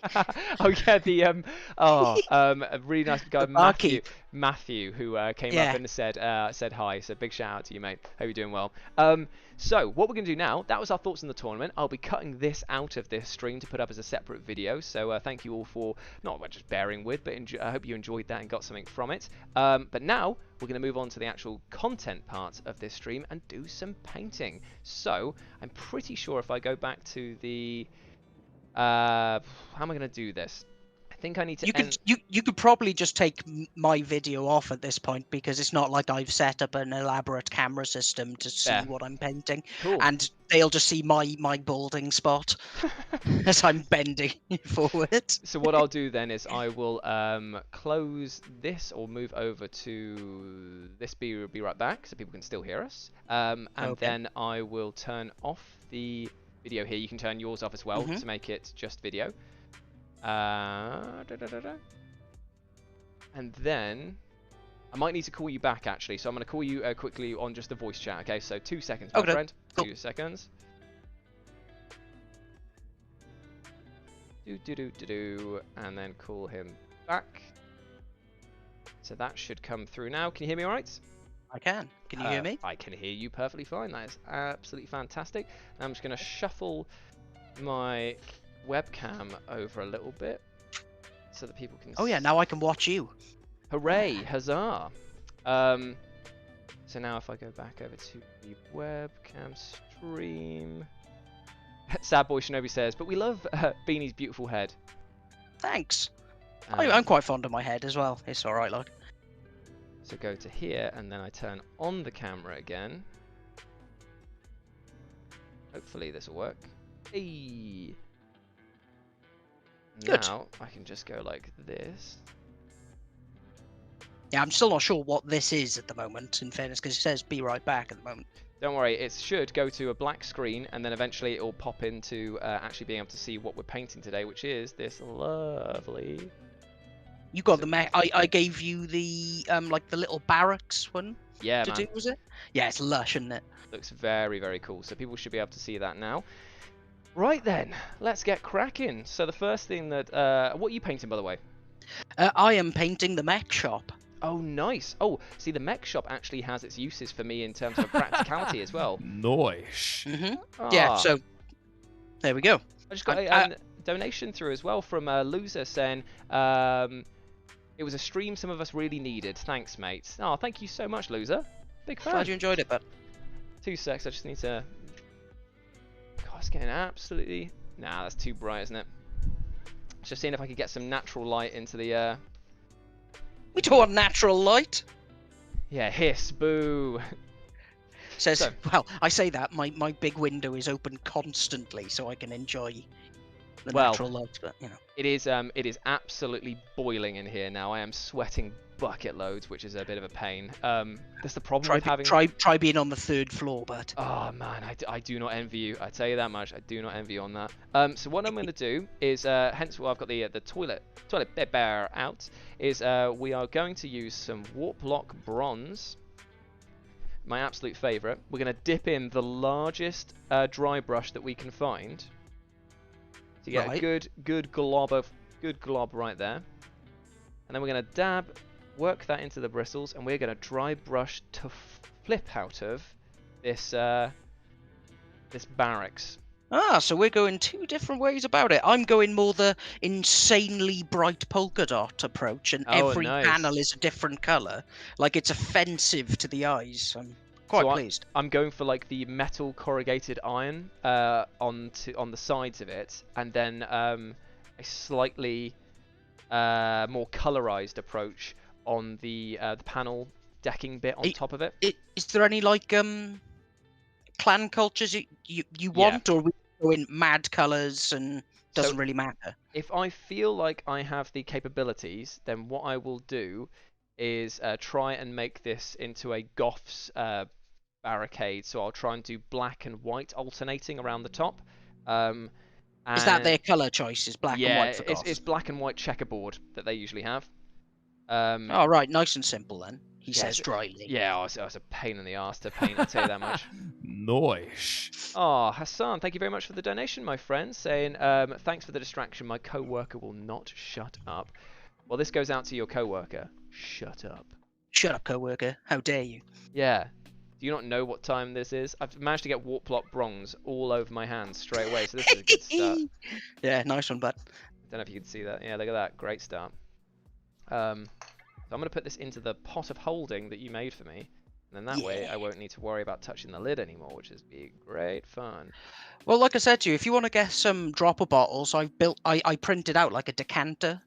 So you could Ooh. always decant them over at some point. Just bring over your paints and we'll spend a bit of time doing it. Because I've done that with every one of my GW paints now, and it's much nicer. I definitely will have to give that a shot, I think. Thank you very much, Kaz, for or Kafziel Marin, who's just subscribed. Thank you very much, my friend. Thank you. Yeah, so the plan is go over with all of the warp lock bronze, then go over again with another dry brush of lead belcher, and then from there I will be able to start picking out certain bits of it to make it look really pasty with a bit more accuracy. That's a good idea. I would say that my method is stupid, but I'm quite enjoying doing it, and it looks ridiculous. See, I've painted enough orc machinery to know that I've got to do them quickly because they don't stay on the table for very long, so you shouldn't really spend that much time making sure that they look nice. Oh And yeah, plus- but I've got like this bright toxic green and these horrible Ooh, blues. Nice. Yeah. I think that was going to work really well for the mech shop as well. Yeah, he's a bit of a mad lad. Well, the in terms of gameplay as well, having a mech shop for me means that I can, if it's on the table, I can park a vehicle next to it, and I think it takes an action, but it allows him to give him a custom job. That's amazing. So you could get the the whirling swirly thing Oh no, for? unfortunately that's an upgrade that you have to pay now for, just a flat out points upgrade. But Ah, yeah, the whirly-scopic gyro gig was what it was called, and that allowed you to advance and disappear off the table and reappear anywhere else with the shock jump dragster, and that was, oh, it was a good time. It was a good it time to was. be I, alive. I don't think I ever got a good shot on it really because it just buggered off. Yeah, every single time it was like, you can't hit me, you can't hit me. Any advice on starting, where to start for Space Marine lore for someone who is a Warhammer virgin? Well, Beanie is definitely the man to go for, and I'm pretty sure that he's going to suggest something from the Black Library or from one of the many Warhammer podcasts that he listens to. Okay, so if you want to start with just going for Space Marine lore, Wolf Lord Row is quite good for them.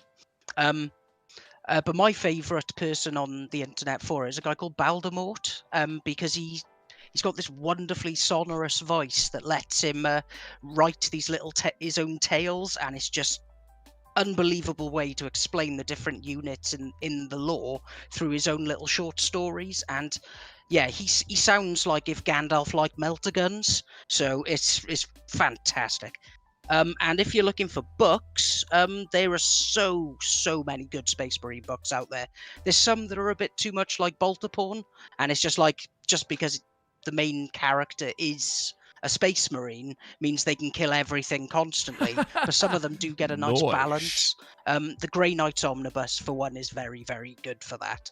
It's quite dry though, isn't it? Like, I mean, it's very Andy McNabb in space. Some of them I've heard. Like, it's just like, Oh yeah, and then he dug himself in, and then he shot off 3 rounds, and then he reloaded 6 rounds, and it's like, okay, cool, dude. Like, tell me about like the crazy warp demons now. yeah. If you want more craziness, then I really have loved certain books in the Horus Heresy, like Go on, say Fabius Bile. Say Fabius Bile. fine, I'll say it. Read the Fabius Bile series. It's fantastic. He becomes a god. He's so cool. Like, he's like the pimpiest granddad ever. I've like- got the model actually. I just need to paint it. You know what he reminds me of? He reminds me of Vigo from Ghostbusters 2. Yeah, I can see that. He's Oh just- god. Yeah, man. Yeah. Oh. And he also wants your baby. Oh no, he could stay the away. Yeah, I know. He is a terrifying, terrifying man. His experiments are just the worst. By the way, Sad Boy Shinobi just donated a $5 do saying, been a huge fan of What Culture, Forever You Won't Believe. How excited I was to see that you had a 40k channel. Beanie, strike or breaches? Ooh, decision making. In 8th edition, it was definitely strike. But I've recently just built up some Guavessa like human auxiliaries as breaches, because with the game switching its focus to the mid-table, having those 5-inch strength 6 shotguns is just delicious. You could just smash face with that kind of thing. You know, you're going up against Death Guard and you're still wounding on 3s. So yeah, 9th edition is all about the breaches. For those at home, give a bit of context what breaches are. Oh, sorry, yeah. So breaches are an equivalent of the fire warriors, which are just the frontline troops of the Tau, that forgo long-range accuracy of the pulse rifle for I think it's like a pulse, basically a pulse shotgun equivalent. Very And cool. as you get closer, it gets far more brutal. Which is great in a way, because there's one thing that Tau never ever want to do, and that is get closer to their enemies. They want to stay as far away as possible, but these guys are just going like, nah, screw that. And they get in there. But then there's, in fact, there was a really good lore video by 40k Theories about Farsight, the Tau commander, and is he actually a champion of Khorne? Because Oh, he's what? getting, Really? he's super into close-up combat. Like he loves. Interesting. He's got a weapon that there's like rumors it could be the Crone Swords or something like this, and it's called the Dawn Blade, which is just hammers people in, and like he's taken down greater demons with it, and he really relishes martial combat up close. So you know, Just don't he's- get in his way when he's got a Yeah. sword and wants to swing it. yeah, he's the reason I love Tau from back in the day. I just thought he was the coolest guy. He's a mech warrior with a giant sword in his arm. It felt like proper Gundam Wing. Oh, tell the audience about your honored humans. You've added Yeah, that's in. them. Yeah, that's the Guavesa Oh, that I Guavesi. Okay. mentioned a second ago. Yeah, that's the Tau word for human auxiliaries. Oh, Guys right, who okay. have realised corpse flower and dying for the Emperor isn't that fabulous, and they've bailed. What I love the most about the different races and their opinions on the Tau is just like, oh yes, all this peace and prosperity. Oh, you still got some arts, have you? Interesting. Look how that ended out for the Elder. Interesting. Yes, yes. Yeah. Like, oh, Well, there's the theory they made them. oh, is there? Yeah, it's a running theory that the Tau were actually created by the Eldar to combat chaos because they don't have a warp presence as such. Oh, so they've got So such an insignificant warp. Not to sound like I'm being at their detriment, but it's literally like flying. It's like Krillin it's from a Dragon candle Ball in the dark. being able to fly under most people's power levels so expertly that he's not a threat, so therefore survives a little bit longer. If we're going to talk about Krillin, I won't lie. The time that he died against Frieza, I was nearly in tears. Mate, That was so savage. Well, it was because it was so brutal the way that he died. Like it literally being exploded. I was just like, oh, Yeah. dude, like And it's just him saying, "Goku, help me!" And yeah, and then boom, bye. Oh man, and then Goku rages. He rages. That's when he becomes Super Saiyan 1. That is probably, I think that the transformation to Super Saiyan 1 might be one of my favourite all-time like anime moments. And it's unbelievable, like goosebumps every time. Have you seen the newest transformations now, Super Saiyan God? Yeah, I just don't get it. But I don't like it because it does smack of a sort of like, let's try and do this to bump up the ratings just by having a new thing and a new toy line to shift. But you know, power levels are completely bollocks. Like, they have apparently rectified it in the sense that at the moment, or at least one of the most current arcs, has them going up against an enemy that isn't your next sort of like, hey, I'm even stronger than Cell was, or I'm even stronger than Frieza sort of thing. This guy isn't stronger than them, but he can steal power, like, and so he becomes stronger than them through his opponents basically treating him like a weakling or trying to do him over in one hit. So it's interesting. I prefer that approach to it of storytelling, where it's just kind of like you're making your own worst enemy. Yeah, no, that does sound pretty good. I've been meaning to catch up with all the new films because, like, Yeah. I've loved some of them. There was one where Powerman 5000 did the soundtrack to it, and it's about Goku's dad, and it's so epic. Oh, is that Bardock? Bardock's story, whatever it's called. I can't remember what it is. Yeah. Oh damn it! It's on the tip of my tongue of what that is called now. But yeah, that is that part of the Broly movie? It was one of the ones that came before. Okay. Broly. But yeah, epic fights in that, and Powerman 5000 were a great bit of new metal. So I like any new metal band that doesn't take itself too seriously. Like they're just having fun. What, like Il Nino? Do you remember them? I saw them live in Australia once. I just remember the band that I remember thinking, oh, come on, lads, you're a bit too serious for your own good was, do you remember Nile? Yes, I remember Nile, and yes, they did take themselves very seriously. It's just like, dude, you are not the second coming of Christ. Like, chill out and just play me some big riffage, bro. Yeah, at the end of the day, there was already a metal Jesus, and he's the singer of Typo Negative. Who do you reckon's got the best voice? Actually, I know who you're gonna say. I was gonna say you're gonna say either Howard from Killswitch, weren't you, or you're gonna say Bruce Dickinson. Yeah, or Brandon Boyd. It's gonna be one of those three are my three favourite. And you wouldn't even say the Brandon Boyd's in metal anymore after the first few albums. No, man, he's chilled right out with the latest Incubus releases, isn't he? Yeah, But that's fine because he's a sexy beast, and just let him get on with his being cool. Yeah. Essentially, Brandon Boy's cooler than all of us. He's more than earned the right to just be cool. Yeah, absolutely. So massive fan. Don't know if you can see that, but I've put on the lead belcher now, so I've given it that sort of like metal thing, so it's dark in all the shadowy areas, but like a real rusted steel on the sides there. So once that's done and gone over with this, I'll probably go over once more in some other areas, and then I probably can start picking out some of the actual panels to colour in a bit more, which would be nice. And I am just basically painting like a child at the moment. It's wonderful. The freedom, the freedom. Yeah, there's no trim, nothing. It's just slap it on. Lovely. Carla was saying that I'd love a custom robes, dude. Super cool. Wait, do you mean in Warhammer, or do you mean just in general? Because both are acceptable. Yeah, both perfectly fine. And Sad Boy Shinobi saying, I hope that they buff Crisis suits so they can take fusion blades. Yes, me too. And just in general. Oh, Tau, you have auxiliaries that can do the fighting. Why haven't you got Kroot in battle suits? Oh, battle Kroots would be amazing. Yeah, battle Kroots in like stealth team suits or something like that, just hopping forward with like blades glued to their face or something. I don't know. I think maybe their arms actually, probably more practical than the face. If we can go by what the Orc releases are looking to shape up to be, with the fact that they've had this whole brand new selection of boys, you get new boy kits, and the fact that they're redoing other units like Commandos and all the Beast Snagger lines that they've added in as well. You've got to think to yourself, okay, GW never turned down an opportunity to make money. Therefore, a lot of Tau players are probably going to have a lot of troops by this point anyway, so they probably will go through and redish some of them out again to make sure that people buy more upgraded Tau effectively. That's fine. They can, as we were discussing the other day, that I prefer my money to be told to me in Warhammer units. Like you can afford one more Warhammer today because you didn't buy that. So yeah, if they want to re-release Kroot and like make an elite line where they actually have armor, yeah, they can have all my money.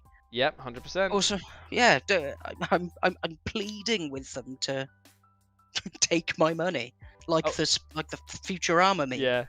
We actually had a mention earlier on asking where we got the scenery that we're painting today. The stuff that I'm painting is TTC, isn't it? Yes, TT Combat. And yeah, you got it sent to you by them a while ago, didn't you? We just decided to use it up. Yeah, so we're finally getting around to actually like getting all of our scenery painted up because, well, the thing is that these sort of things are going to make for a massive campaign battle that we've got planned further down the line, which will be absolutely hilarious fun. And the fact that because obviously Kill Team is dropping fairly soon as well, it's just best to have as much scenery on hand that is modular so that you can just chuck it in and create new city maps really quickly. So this is going to go very well. And I'm hoping to ask a mate if he can finish off a couple of prints for me, because my print has been packed away, so I can get us a big cathedral. Oh, that would be sick. Because it's pretty much all done. It's just that I need like 3 pieces, and then I can start painting it. That looks really nice, but... Thank you very much. Yeah, it's just nice, simple, and quick. Efficiency and speed is what we're going for here. Just dirty gubbins. And obviously, when this book falls off. And what I'll do after this is I will start layering some panels. So if people want to check out some color schemes or some things for me to write on it, then I'll be more than happy to do it. Because I put it out on Instagram as a poll as to what people would want to see. And there was a few there like Zogoff classics. But I want to write something on the toilet for sure. Like maybe. Well, don't write bog off because it's too obvious. Yeah. I wonder what I. The thing is, though, do orcs poo? And that is a big question. They must do because they wear trousers. So therefore, you'd that think... that is the twistedest logic as to why we wear trousers. Fair play. I thought it was more to protect from the elements, not just to signify that you're a race that's gotten to the level of pooping. Nah, I have no idea. You know, I mean, there's squig poop handlers, so they have a concept of what poo is. So and surely the amount of bodies that they've gone through, they probably met a fair few that have cacked themselves at the sight of a giant sort of... how tall are orcs again? Like 7 foot tall? And the rest, like some of the bigger ones are like 10 foot, like they tower over Primaris. That is scary. That is a real scary thought. Well, there's the series of the Battle of the Beast. So it's like a 10-part series about in M32 where basically the biggest warg ever comes... And Vulcan comes back, and yeah, some of those orcs are like 25 foot tall and stuff like that. 25 foot tall, cheapers, creepers. Sign me off for that. I'm not for that. And I collect them. Well, what was it? Vulcan came back from his perpetual not being about just to fight the beast, just because the beast was like about 30 foot. I think. I'm assuming that it's not the beast in how you and I would say it, but Da Beast, is it? Yeah. Classic. Yeah, Cool. and he's the one who invented the attack, or at least he was the first orc on record to use the attack moons, which are bonkers, and they can travel through space just because they think they can, and all the other things. The attack moons are literally just like asteroids that they've just hucked a load of technology on, aren't they? Or are they like the kill cruisers, like actual machines? Well, it's kind of like they're if a space Hulk met an asteroid kind of concept. They just keep sticking bits on, and they're like, right, we've got all the gubbins, we've got all of the things. Oh yeah, someone in chat has just made the most wonderful point. Barry, dogs don't wear trousers. So your logic of poo and trousers does not add up. Dogs don't wear trousers. I feel like that's just an amazing quote that a drunken man would yell at a bar. Dogs don't wear trousers. It's like, yes, we know, mate. Thank you. But you're not a dog, and you should be wearing trousers. This is a public place. Thanks, Alan. Another Tetley's, is it? What does Lou say in the Simpsons movie? Look, kid, nobody likes to wear trousers, but you know, it's the law. Such a good one. Blood 666 Knight says, in Gotrek and Felix, it's confirmed that orcs indeed poo. So there we go. Thank you. Mystery over. Now, if we were being like a pedant about it, we would say, well, technically the two universes are separated. But you know what? I ain't that guy. So I'm going to double pedantic on top of you here and say that's not true. It's a multiverse. Is it actually a multiverse? Yeah. Yeah, because Sigmar is rumored to be like one of the forgotten Primarchs.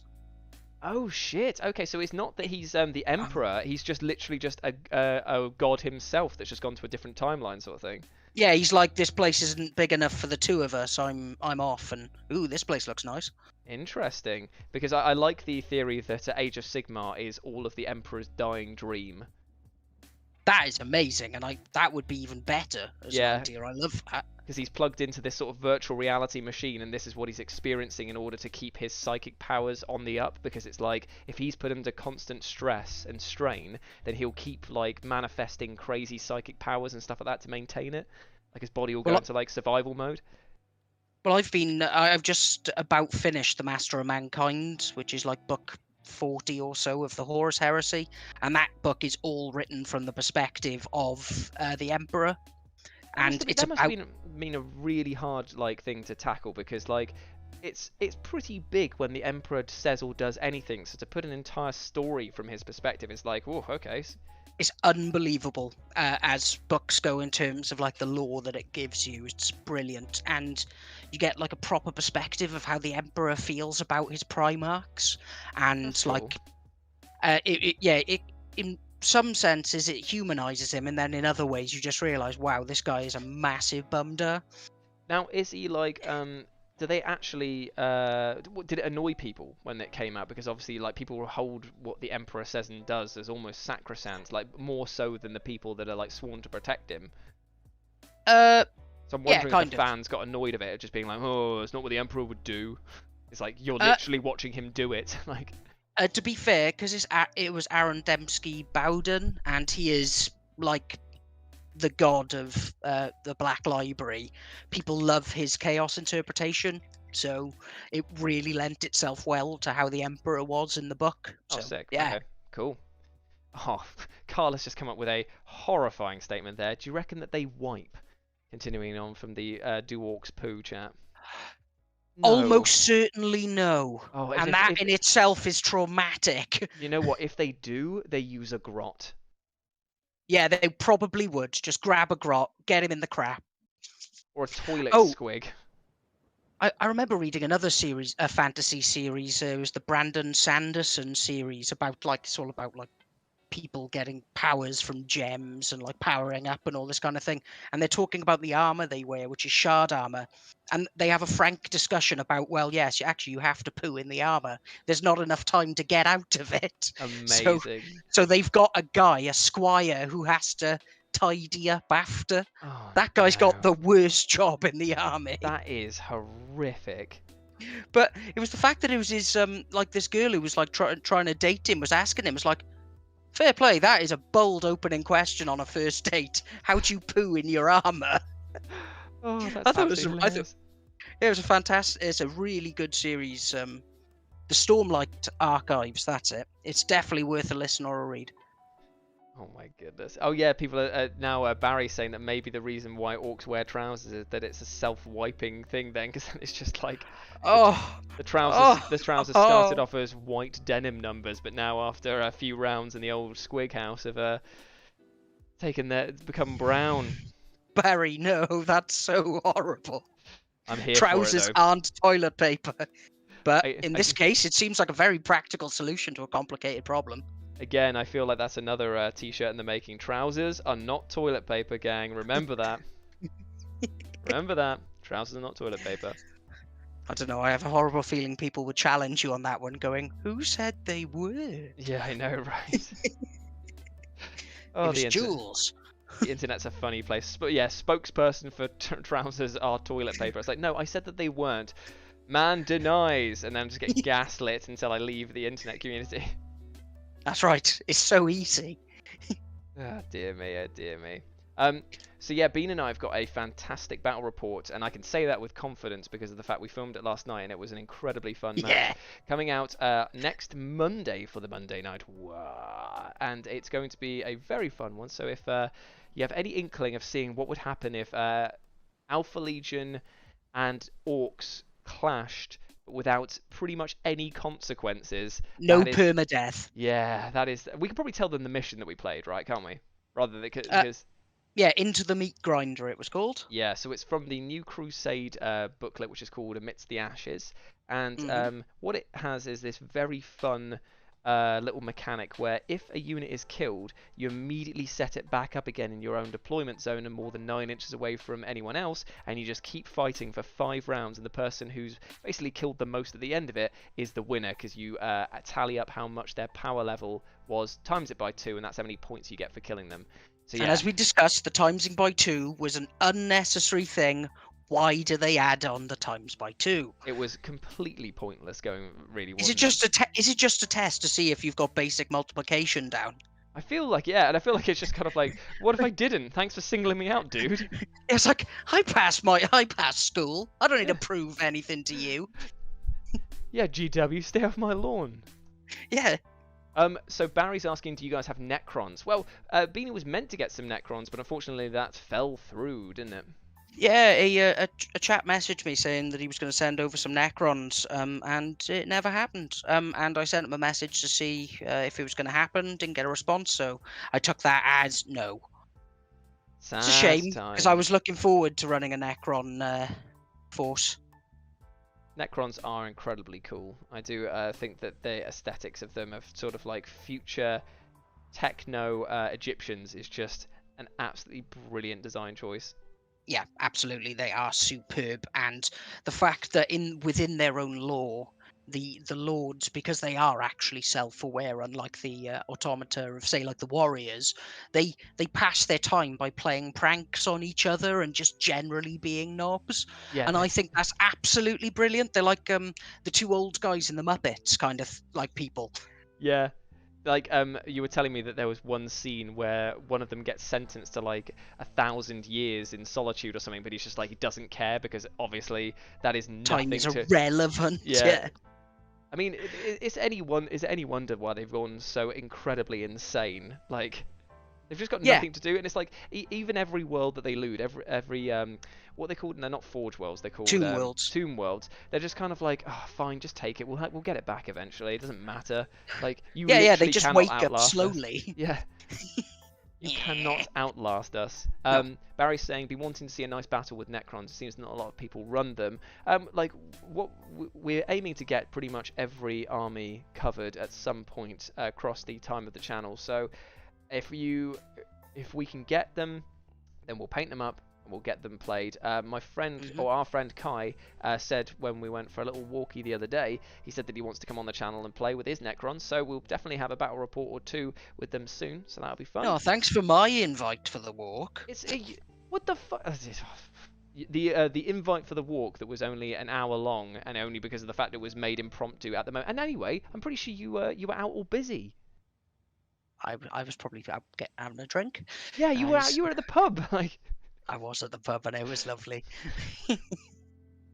I met a guy who went from being being a stripper to trying to join the French Foreign Legion within 3 weeks of them, which I thought was quite insane. That's a quick turnaround, that is. Yeah, and he used to strip to Batman.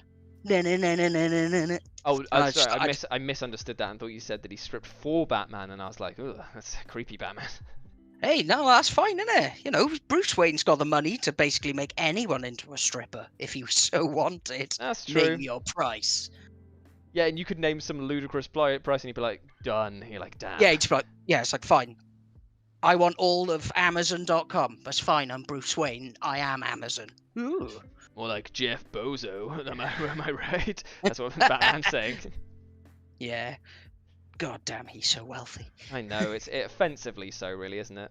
Yeah, well, there is that point, isn't it, where there's only so much wealth that you could ever humanly use. Yeah. And to be honest, I was surprised that he stuck around in the company for as long as he did, because it's one of those things where you're just like, you have made more money than is like feasibly possible to spend at this point. Why are you still here? Like. Yeah, and that even takes into account things like, you know, wiping with money. Yeah.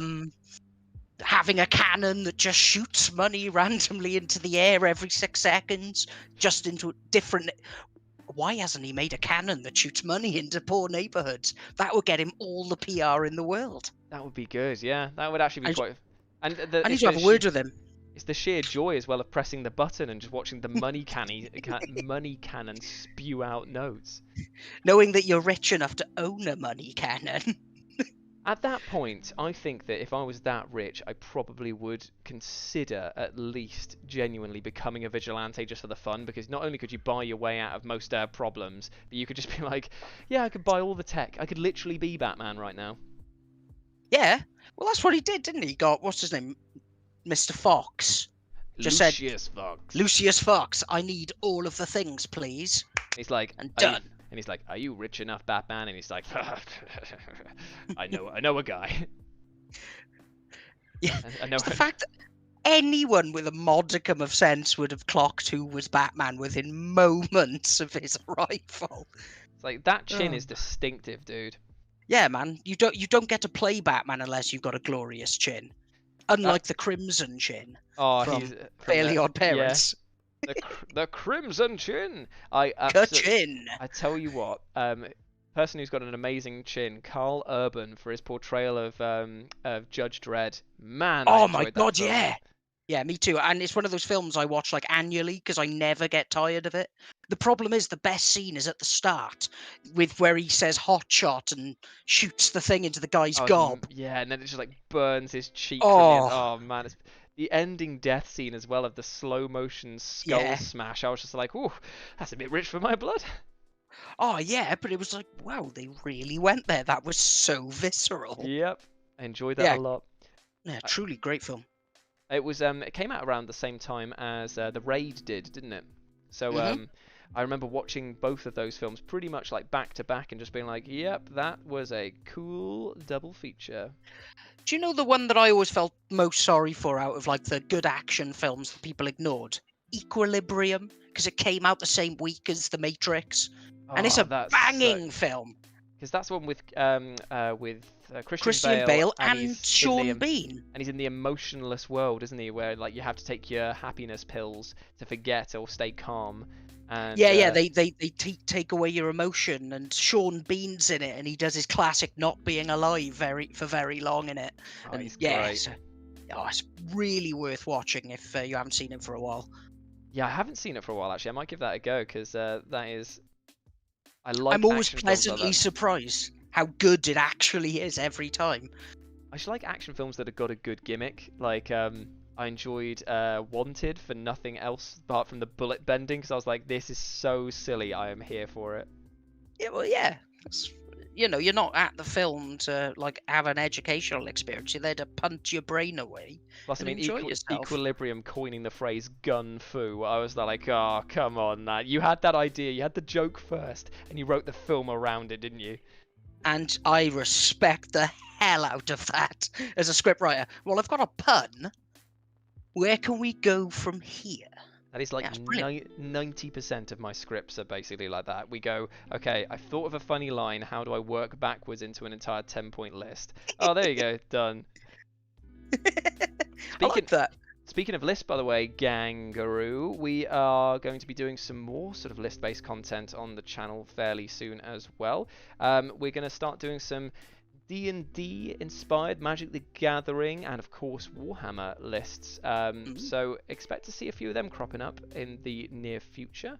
I know that the list stuff is probably might not be everyone's cup of tea, but it's just a nice way to give newcomers to the series little tips and tricks, as well as to just reward those who dive down the rabbit hole on certain niche subjects, because I want to do stuff like the 10 best one-cost mana cards in Magic the Gathering of all time, or the 10 items you definitely wish you had in your bag of holding in D&D and stuff like that, because I know it gets discussions going, which is always fun. Lightning bolt. What's just lightning bolts in? Oh, sorry, I thought you meant in the bag of holding. I'm like, I don't think you could fit a lightning bolt in the bag of holding. Not with that attitude. Although technically, if you had right, okay, actually, let's do a bit of D&D theory, shall we? If you had an open bag of holding and a lightning bolt hit it, would it be perpetually firing through the mini space that the bag of holding creates until you opened it up again and pulled it back out? And how would you even pull it back out? But wouldn't it have to transfer the energy eventually?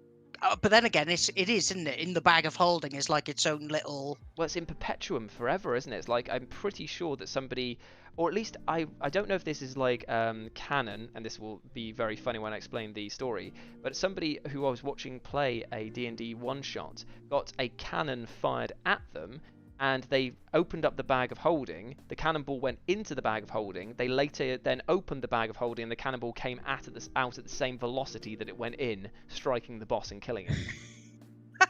Which is something I was like, I am annoyed that I didn't think of that sooner.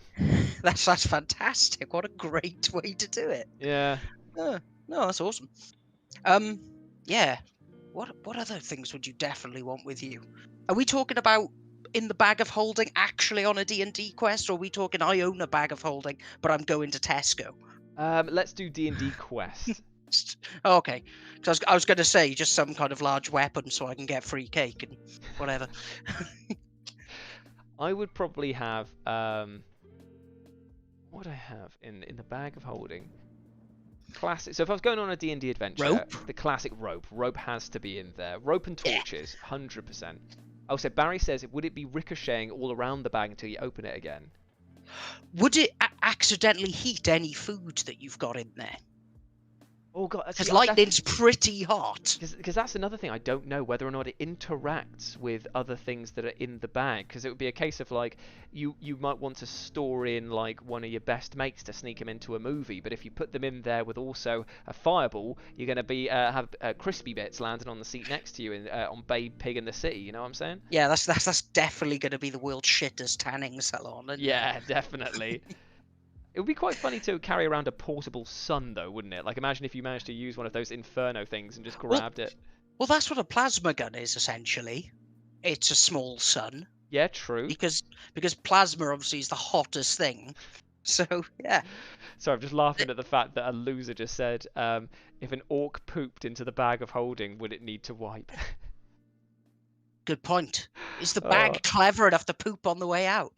Can somebody please like write down these musings in some sort of like big book of philosophical musings? Yeah. If an orc poops Descartes into a bag, version.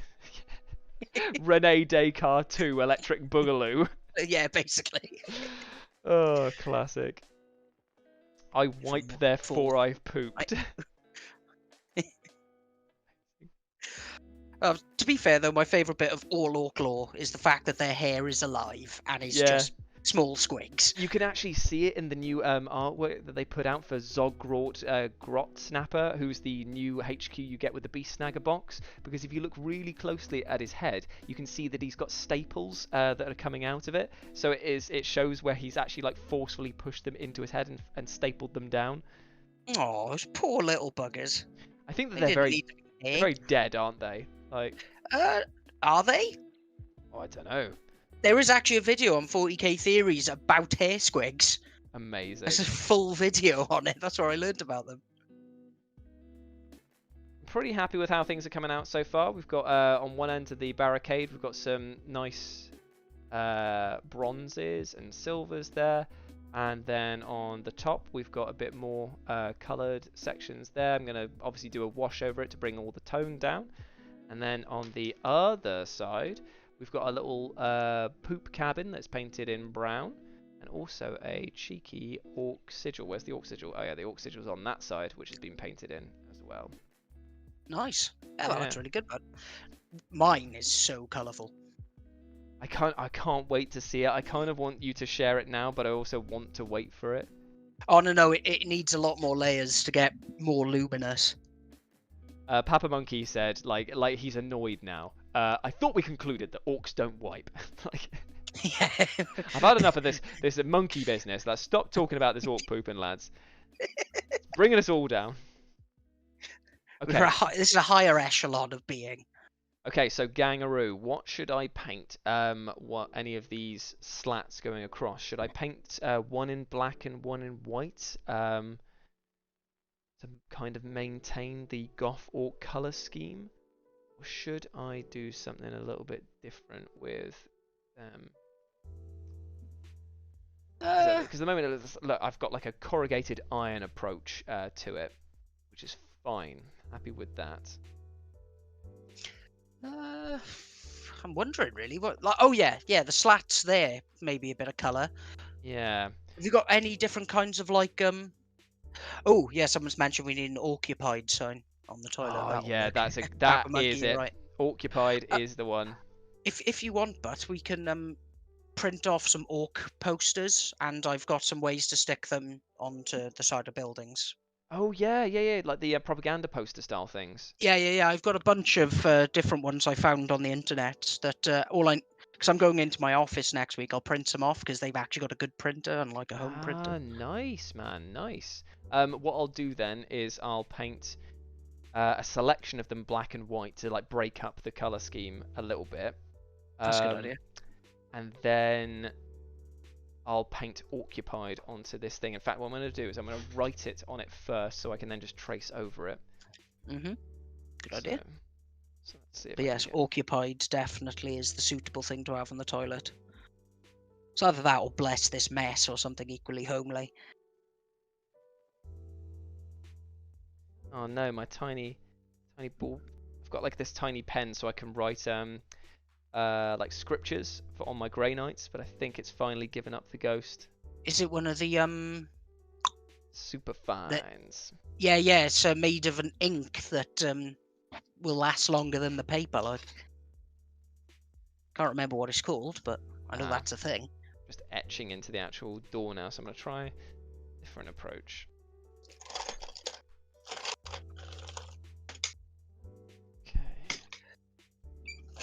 In fact, I've got one right here.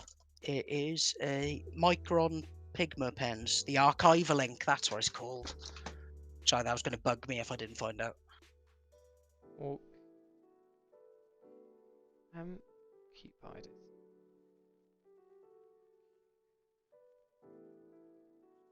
Oh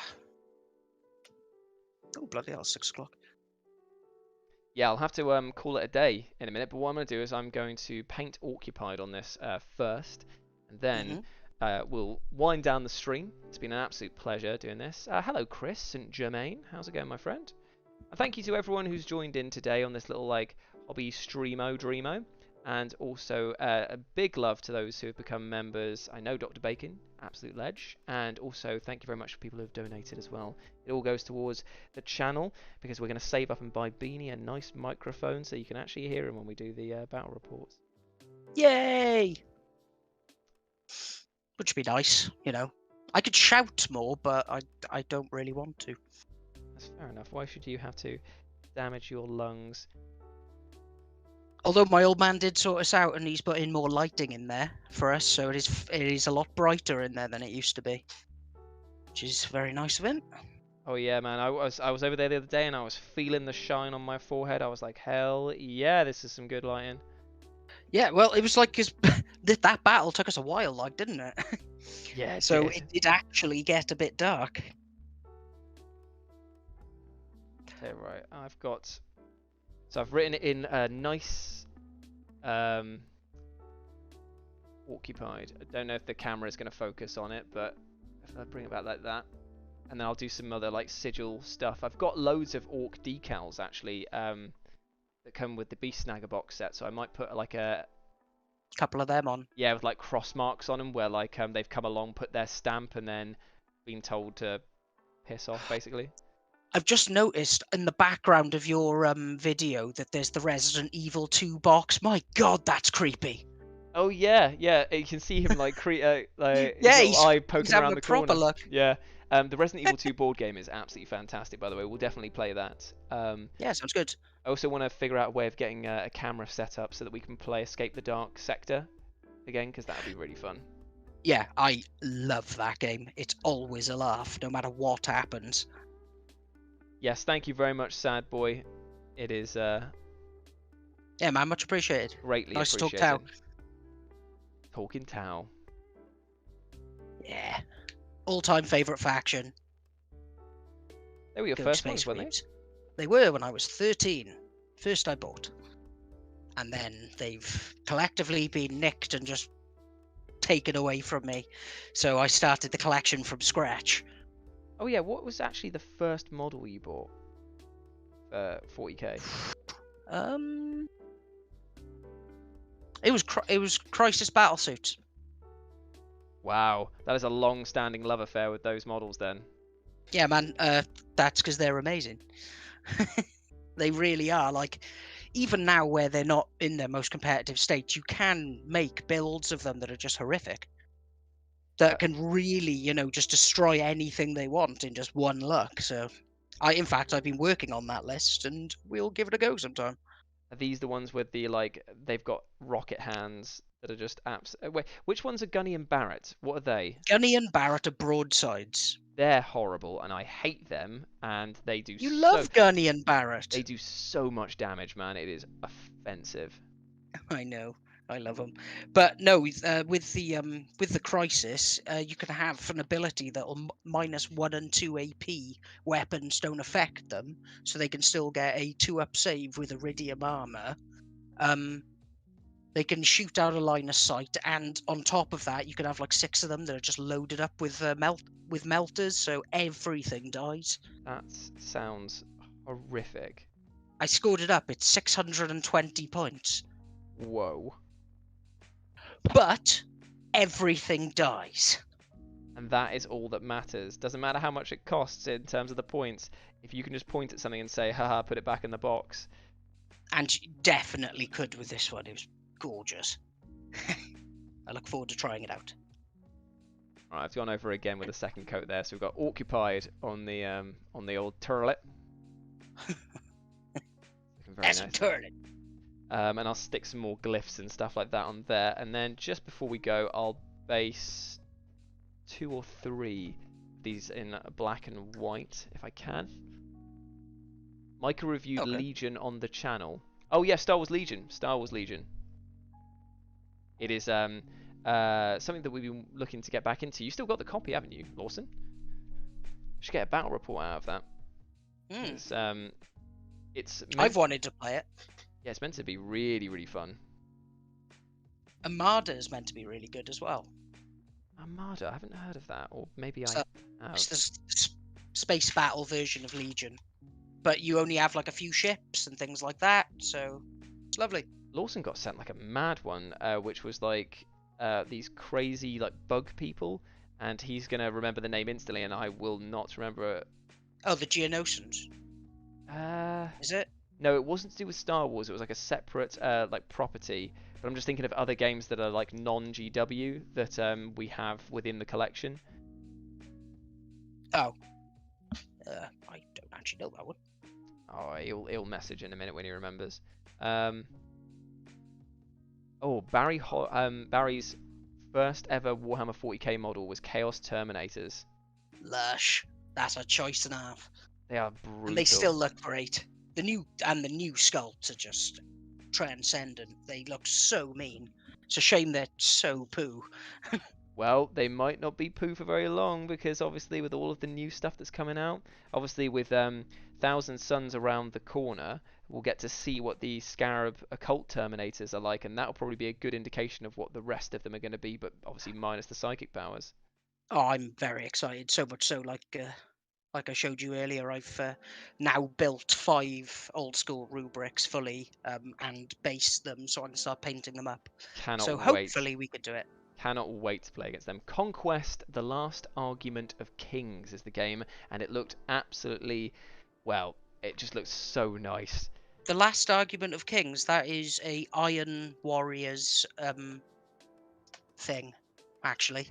I know it's a different game system, but within the lore, the Iron Warriors have like a council that's the last conversation of kings or whatever. Oh, is that what they call it?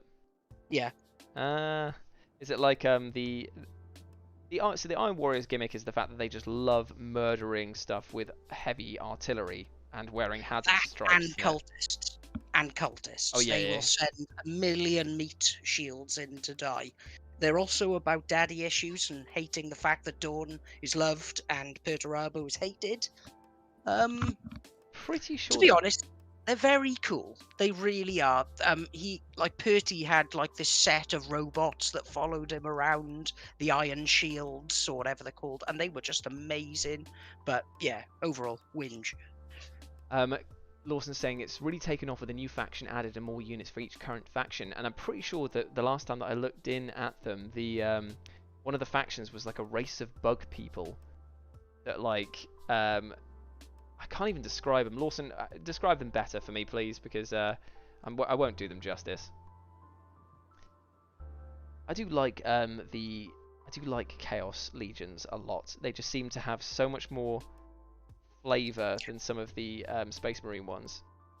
Oh yeah, of course. One is a young pup and the other's doing the long war. It's going to be that way. Yeah, to their eyes, the Space Marines and definitely the Primaris are just like babies to them, Children, aren't they? absolute children. Well, there's in it's a Death Guard series I read a while ago. The White Consuls come up against a small band of Death Guard, and it's not even close. They don't stand a chance.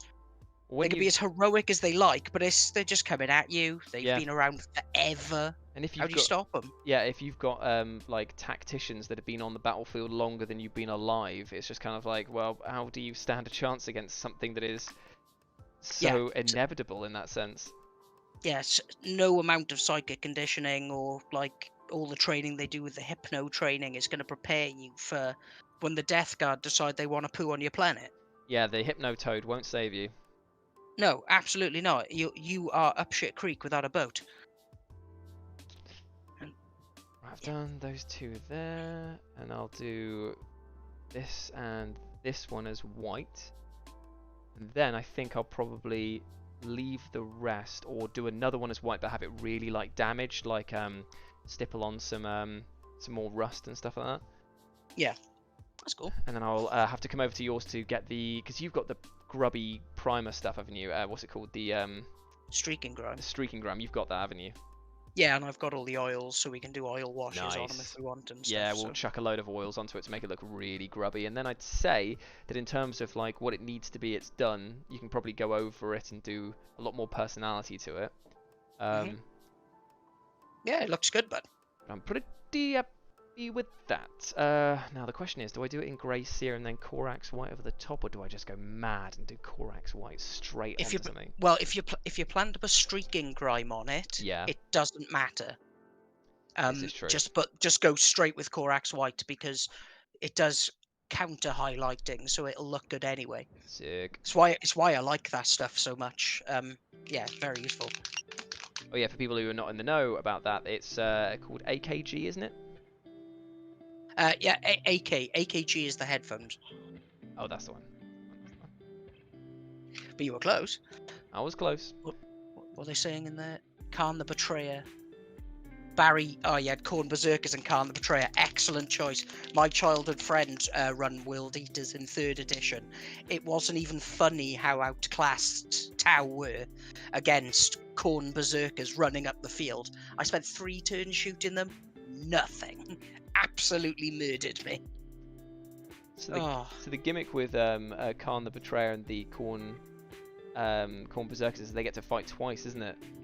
Yeah, and back in the day, they could be buffed up with all these different like chaos boons, and they were just impossible to shift. A unit of 20 of them could kill anything in the game. That And sounds because it was utterly foul.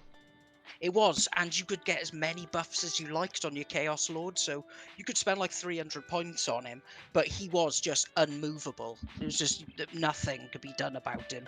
Yeah, that was a bad time for balance. Any people who played in 3rd edition will tell you that Chaos was gross in that time. In fact, that's when I stopped playing. He was like, well, this is pointless. Classic. Yeah. When you're like 14 and you just want to win one game.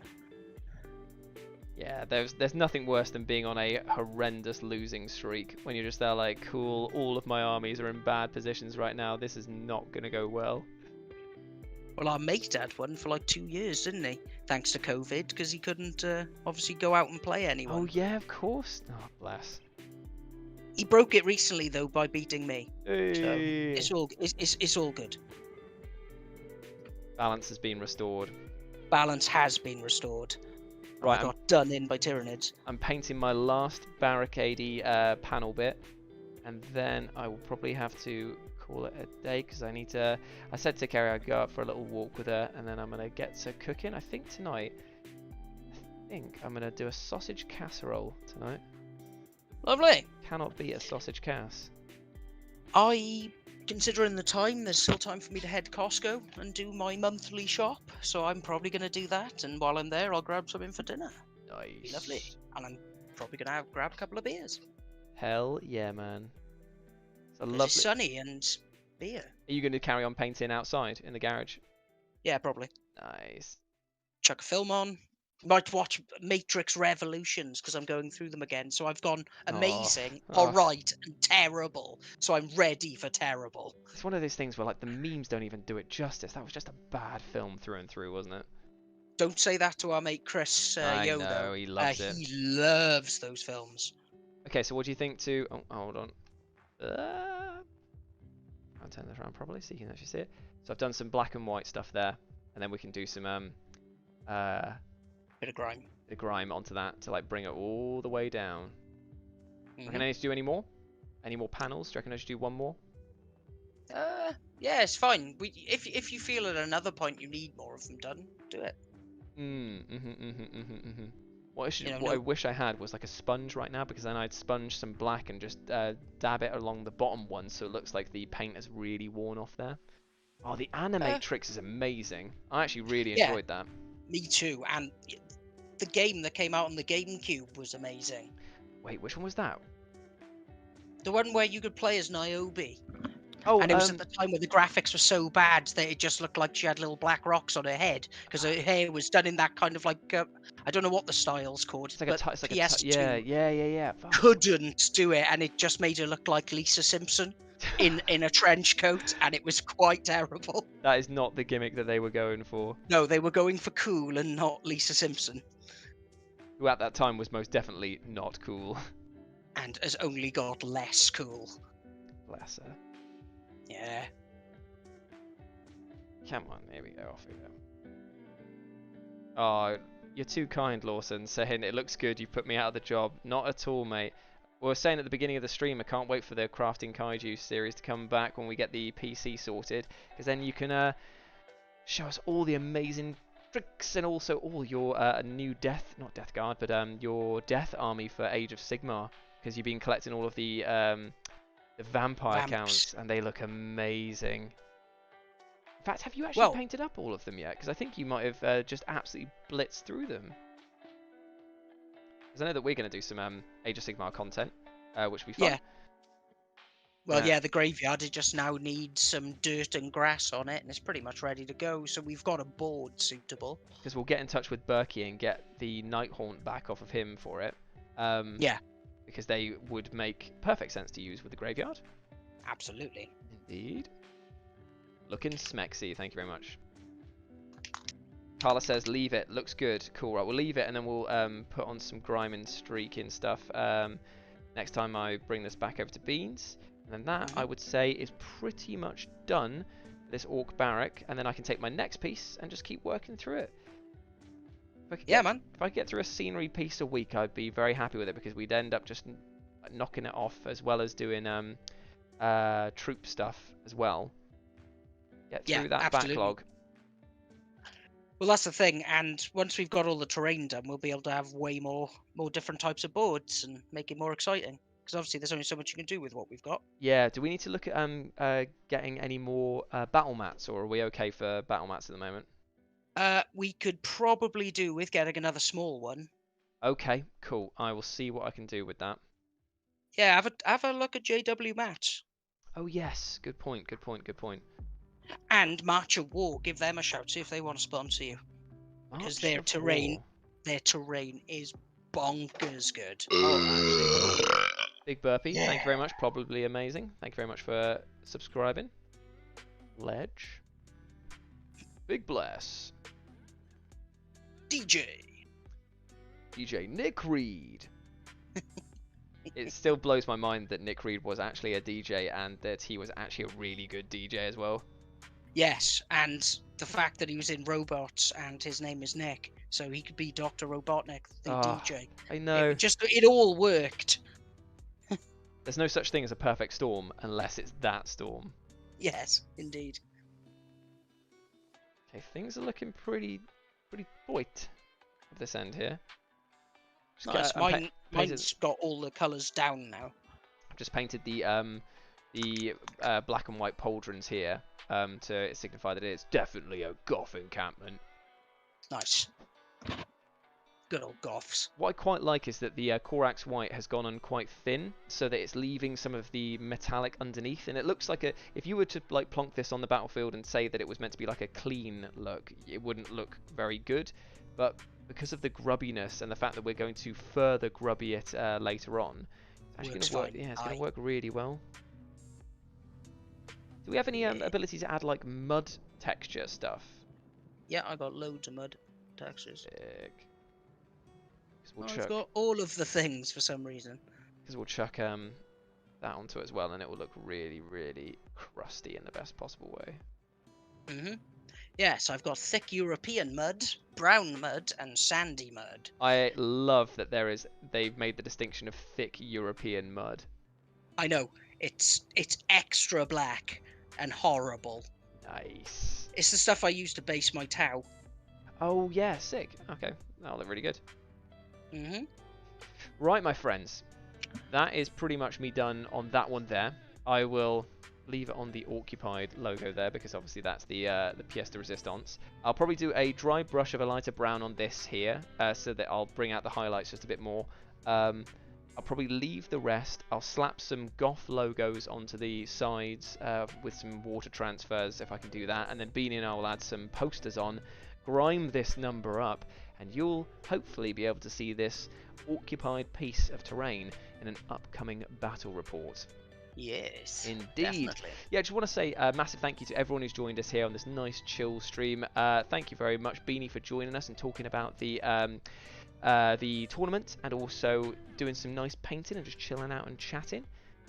That's been a pleasure, man. Really enjoyed it. What we'll do is we'll try and arrange this so that we can get you, Mikey, and Lawson all together, so that we can do a big hobby painting stream together and get a lot of stuff done, because the hobby shared is the best type of hobby indeed.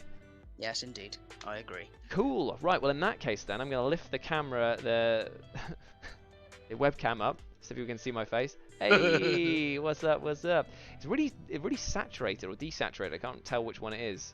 It's one of them. It's one of those things. But what we're going to say is thank you very much for joining us. It's been an absolute pleasure. Big love to you. We're going to tone this stream down now. We'll see you on... Not going to be this Sunday for D&D, because unfortunately I'm at a wedding this weekend, so I can't do it this time. Nerd. I know, right? But then we'll be back next week, and hopefully we'll get an actual D&D stream going as well, which will be fantastic. But yeah, until then, catch you later, everyone. It's been an absolute pleasure. See ya. Beanie, beanie, beanie, beanie, beanie. That's what losers say, by the way. Beanie, beanie, beanie, beanie, beanie, beanie. Thank you very much, Droid Props. Big ledge, mate. And we'll see you soon. Bye, guys. Bye. Bye bye.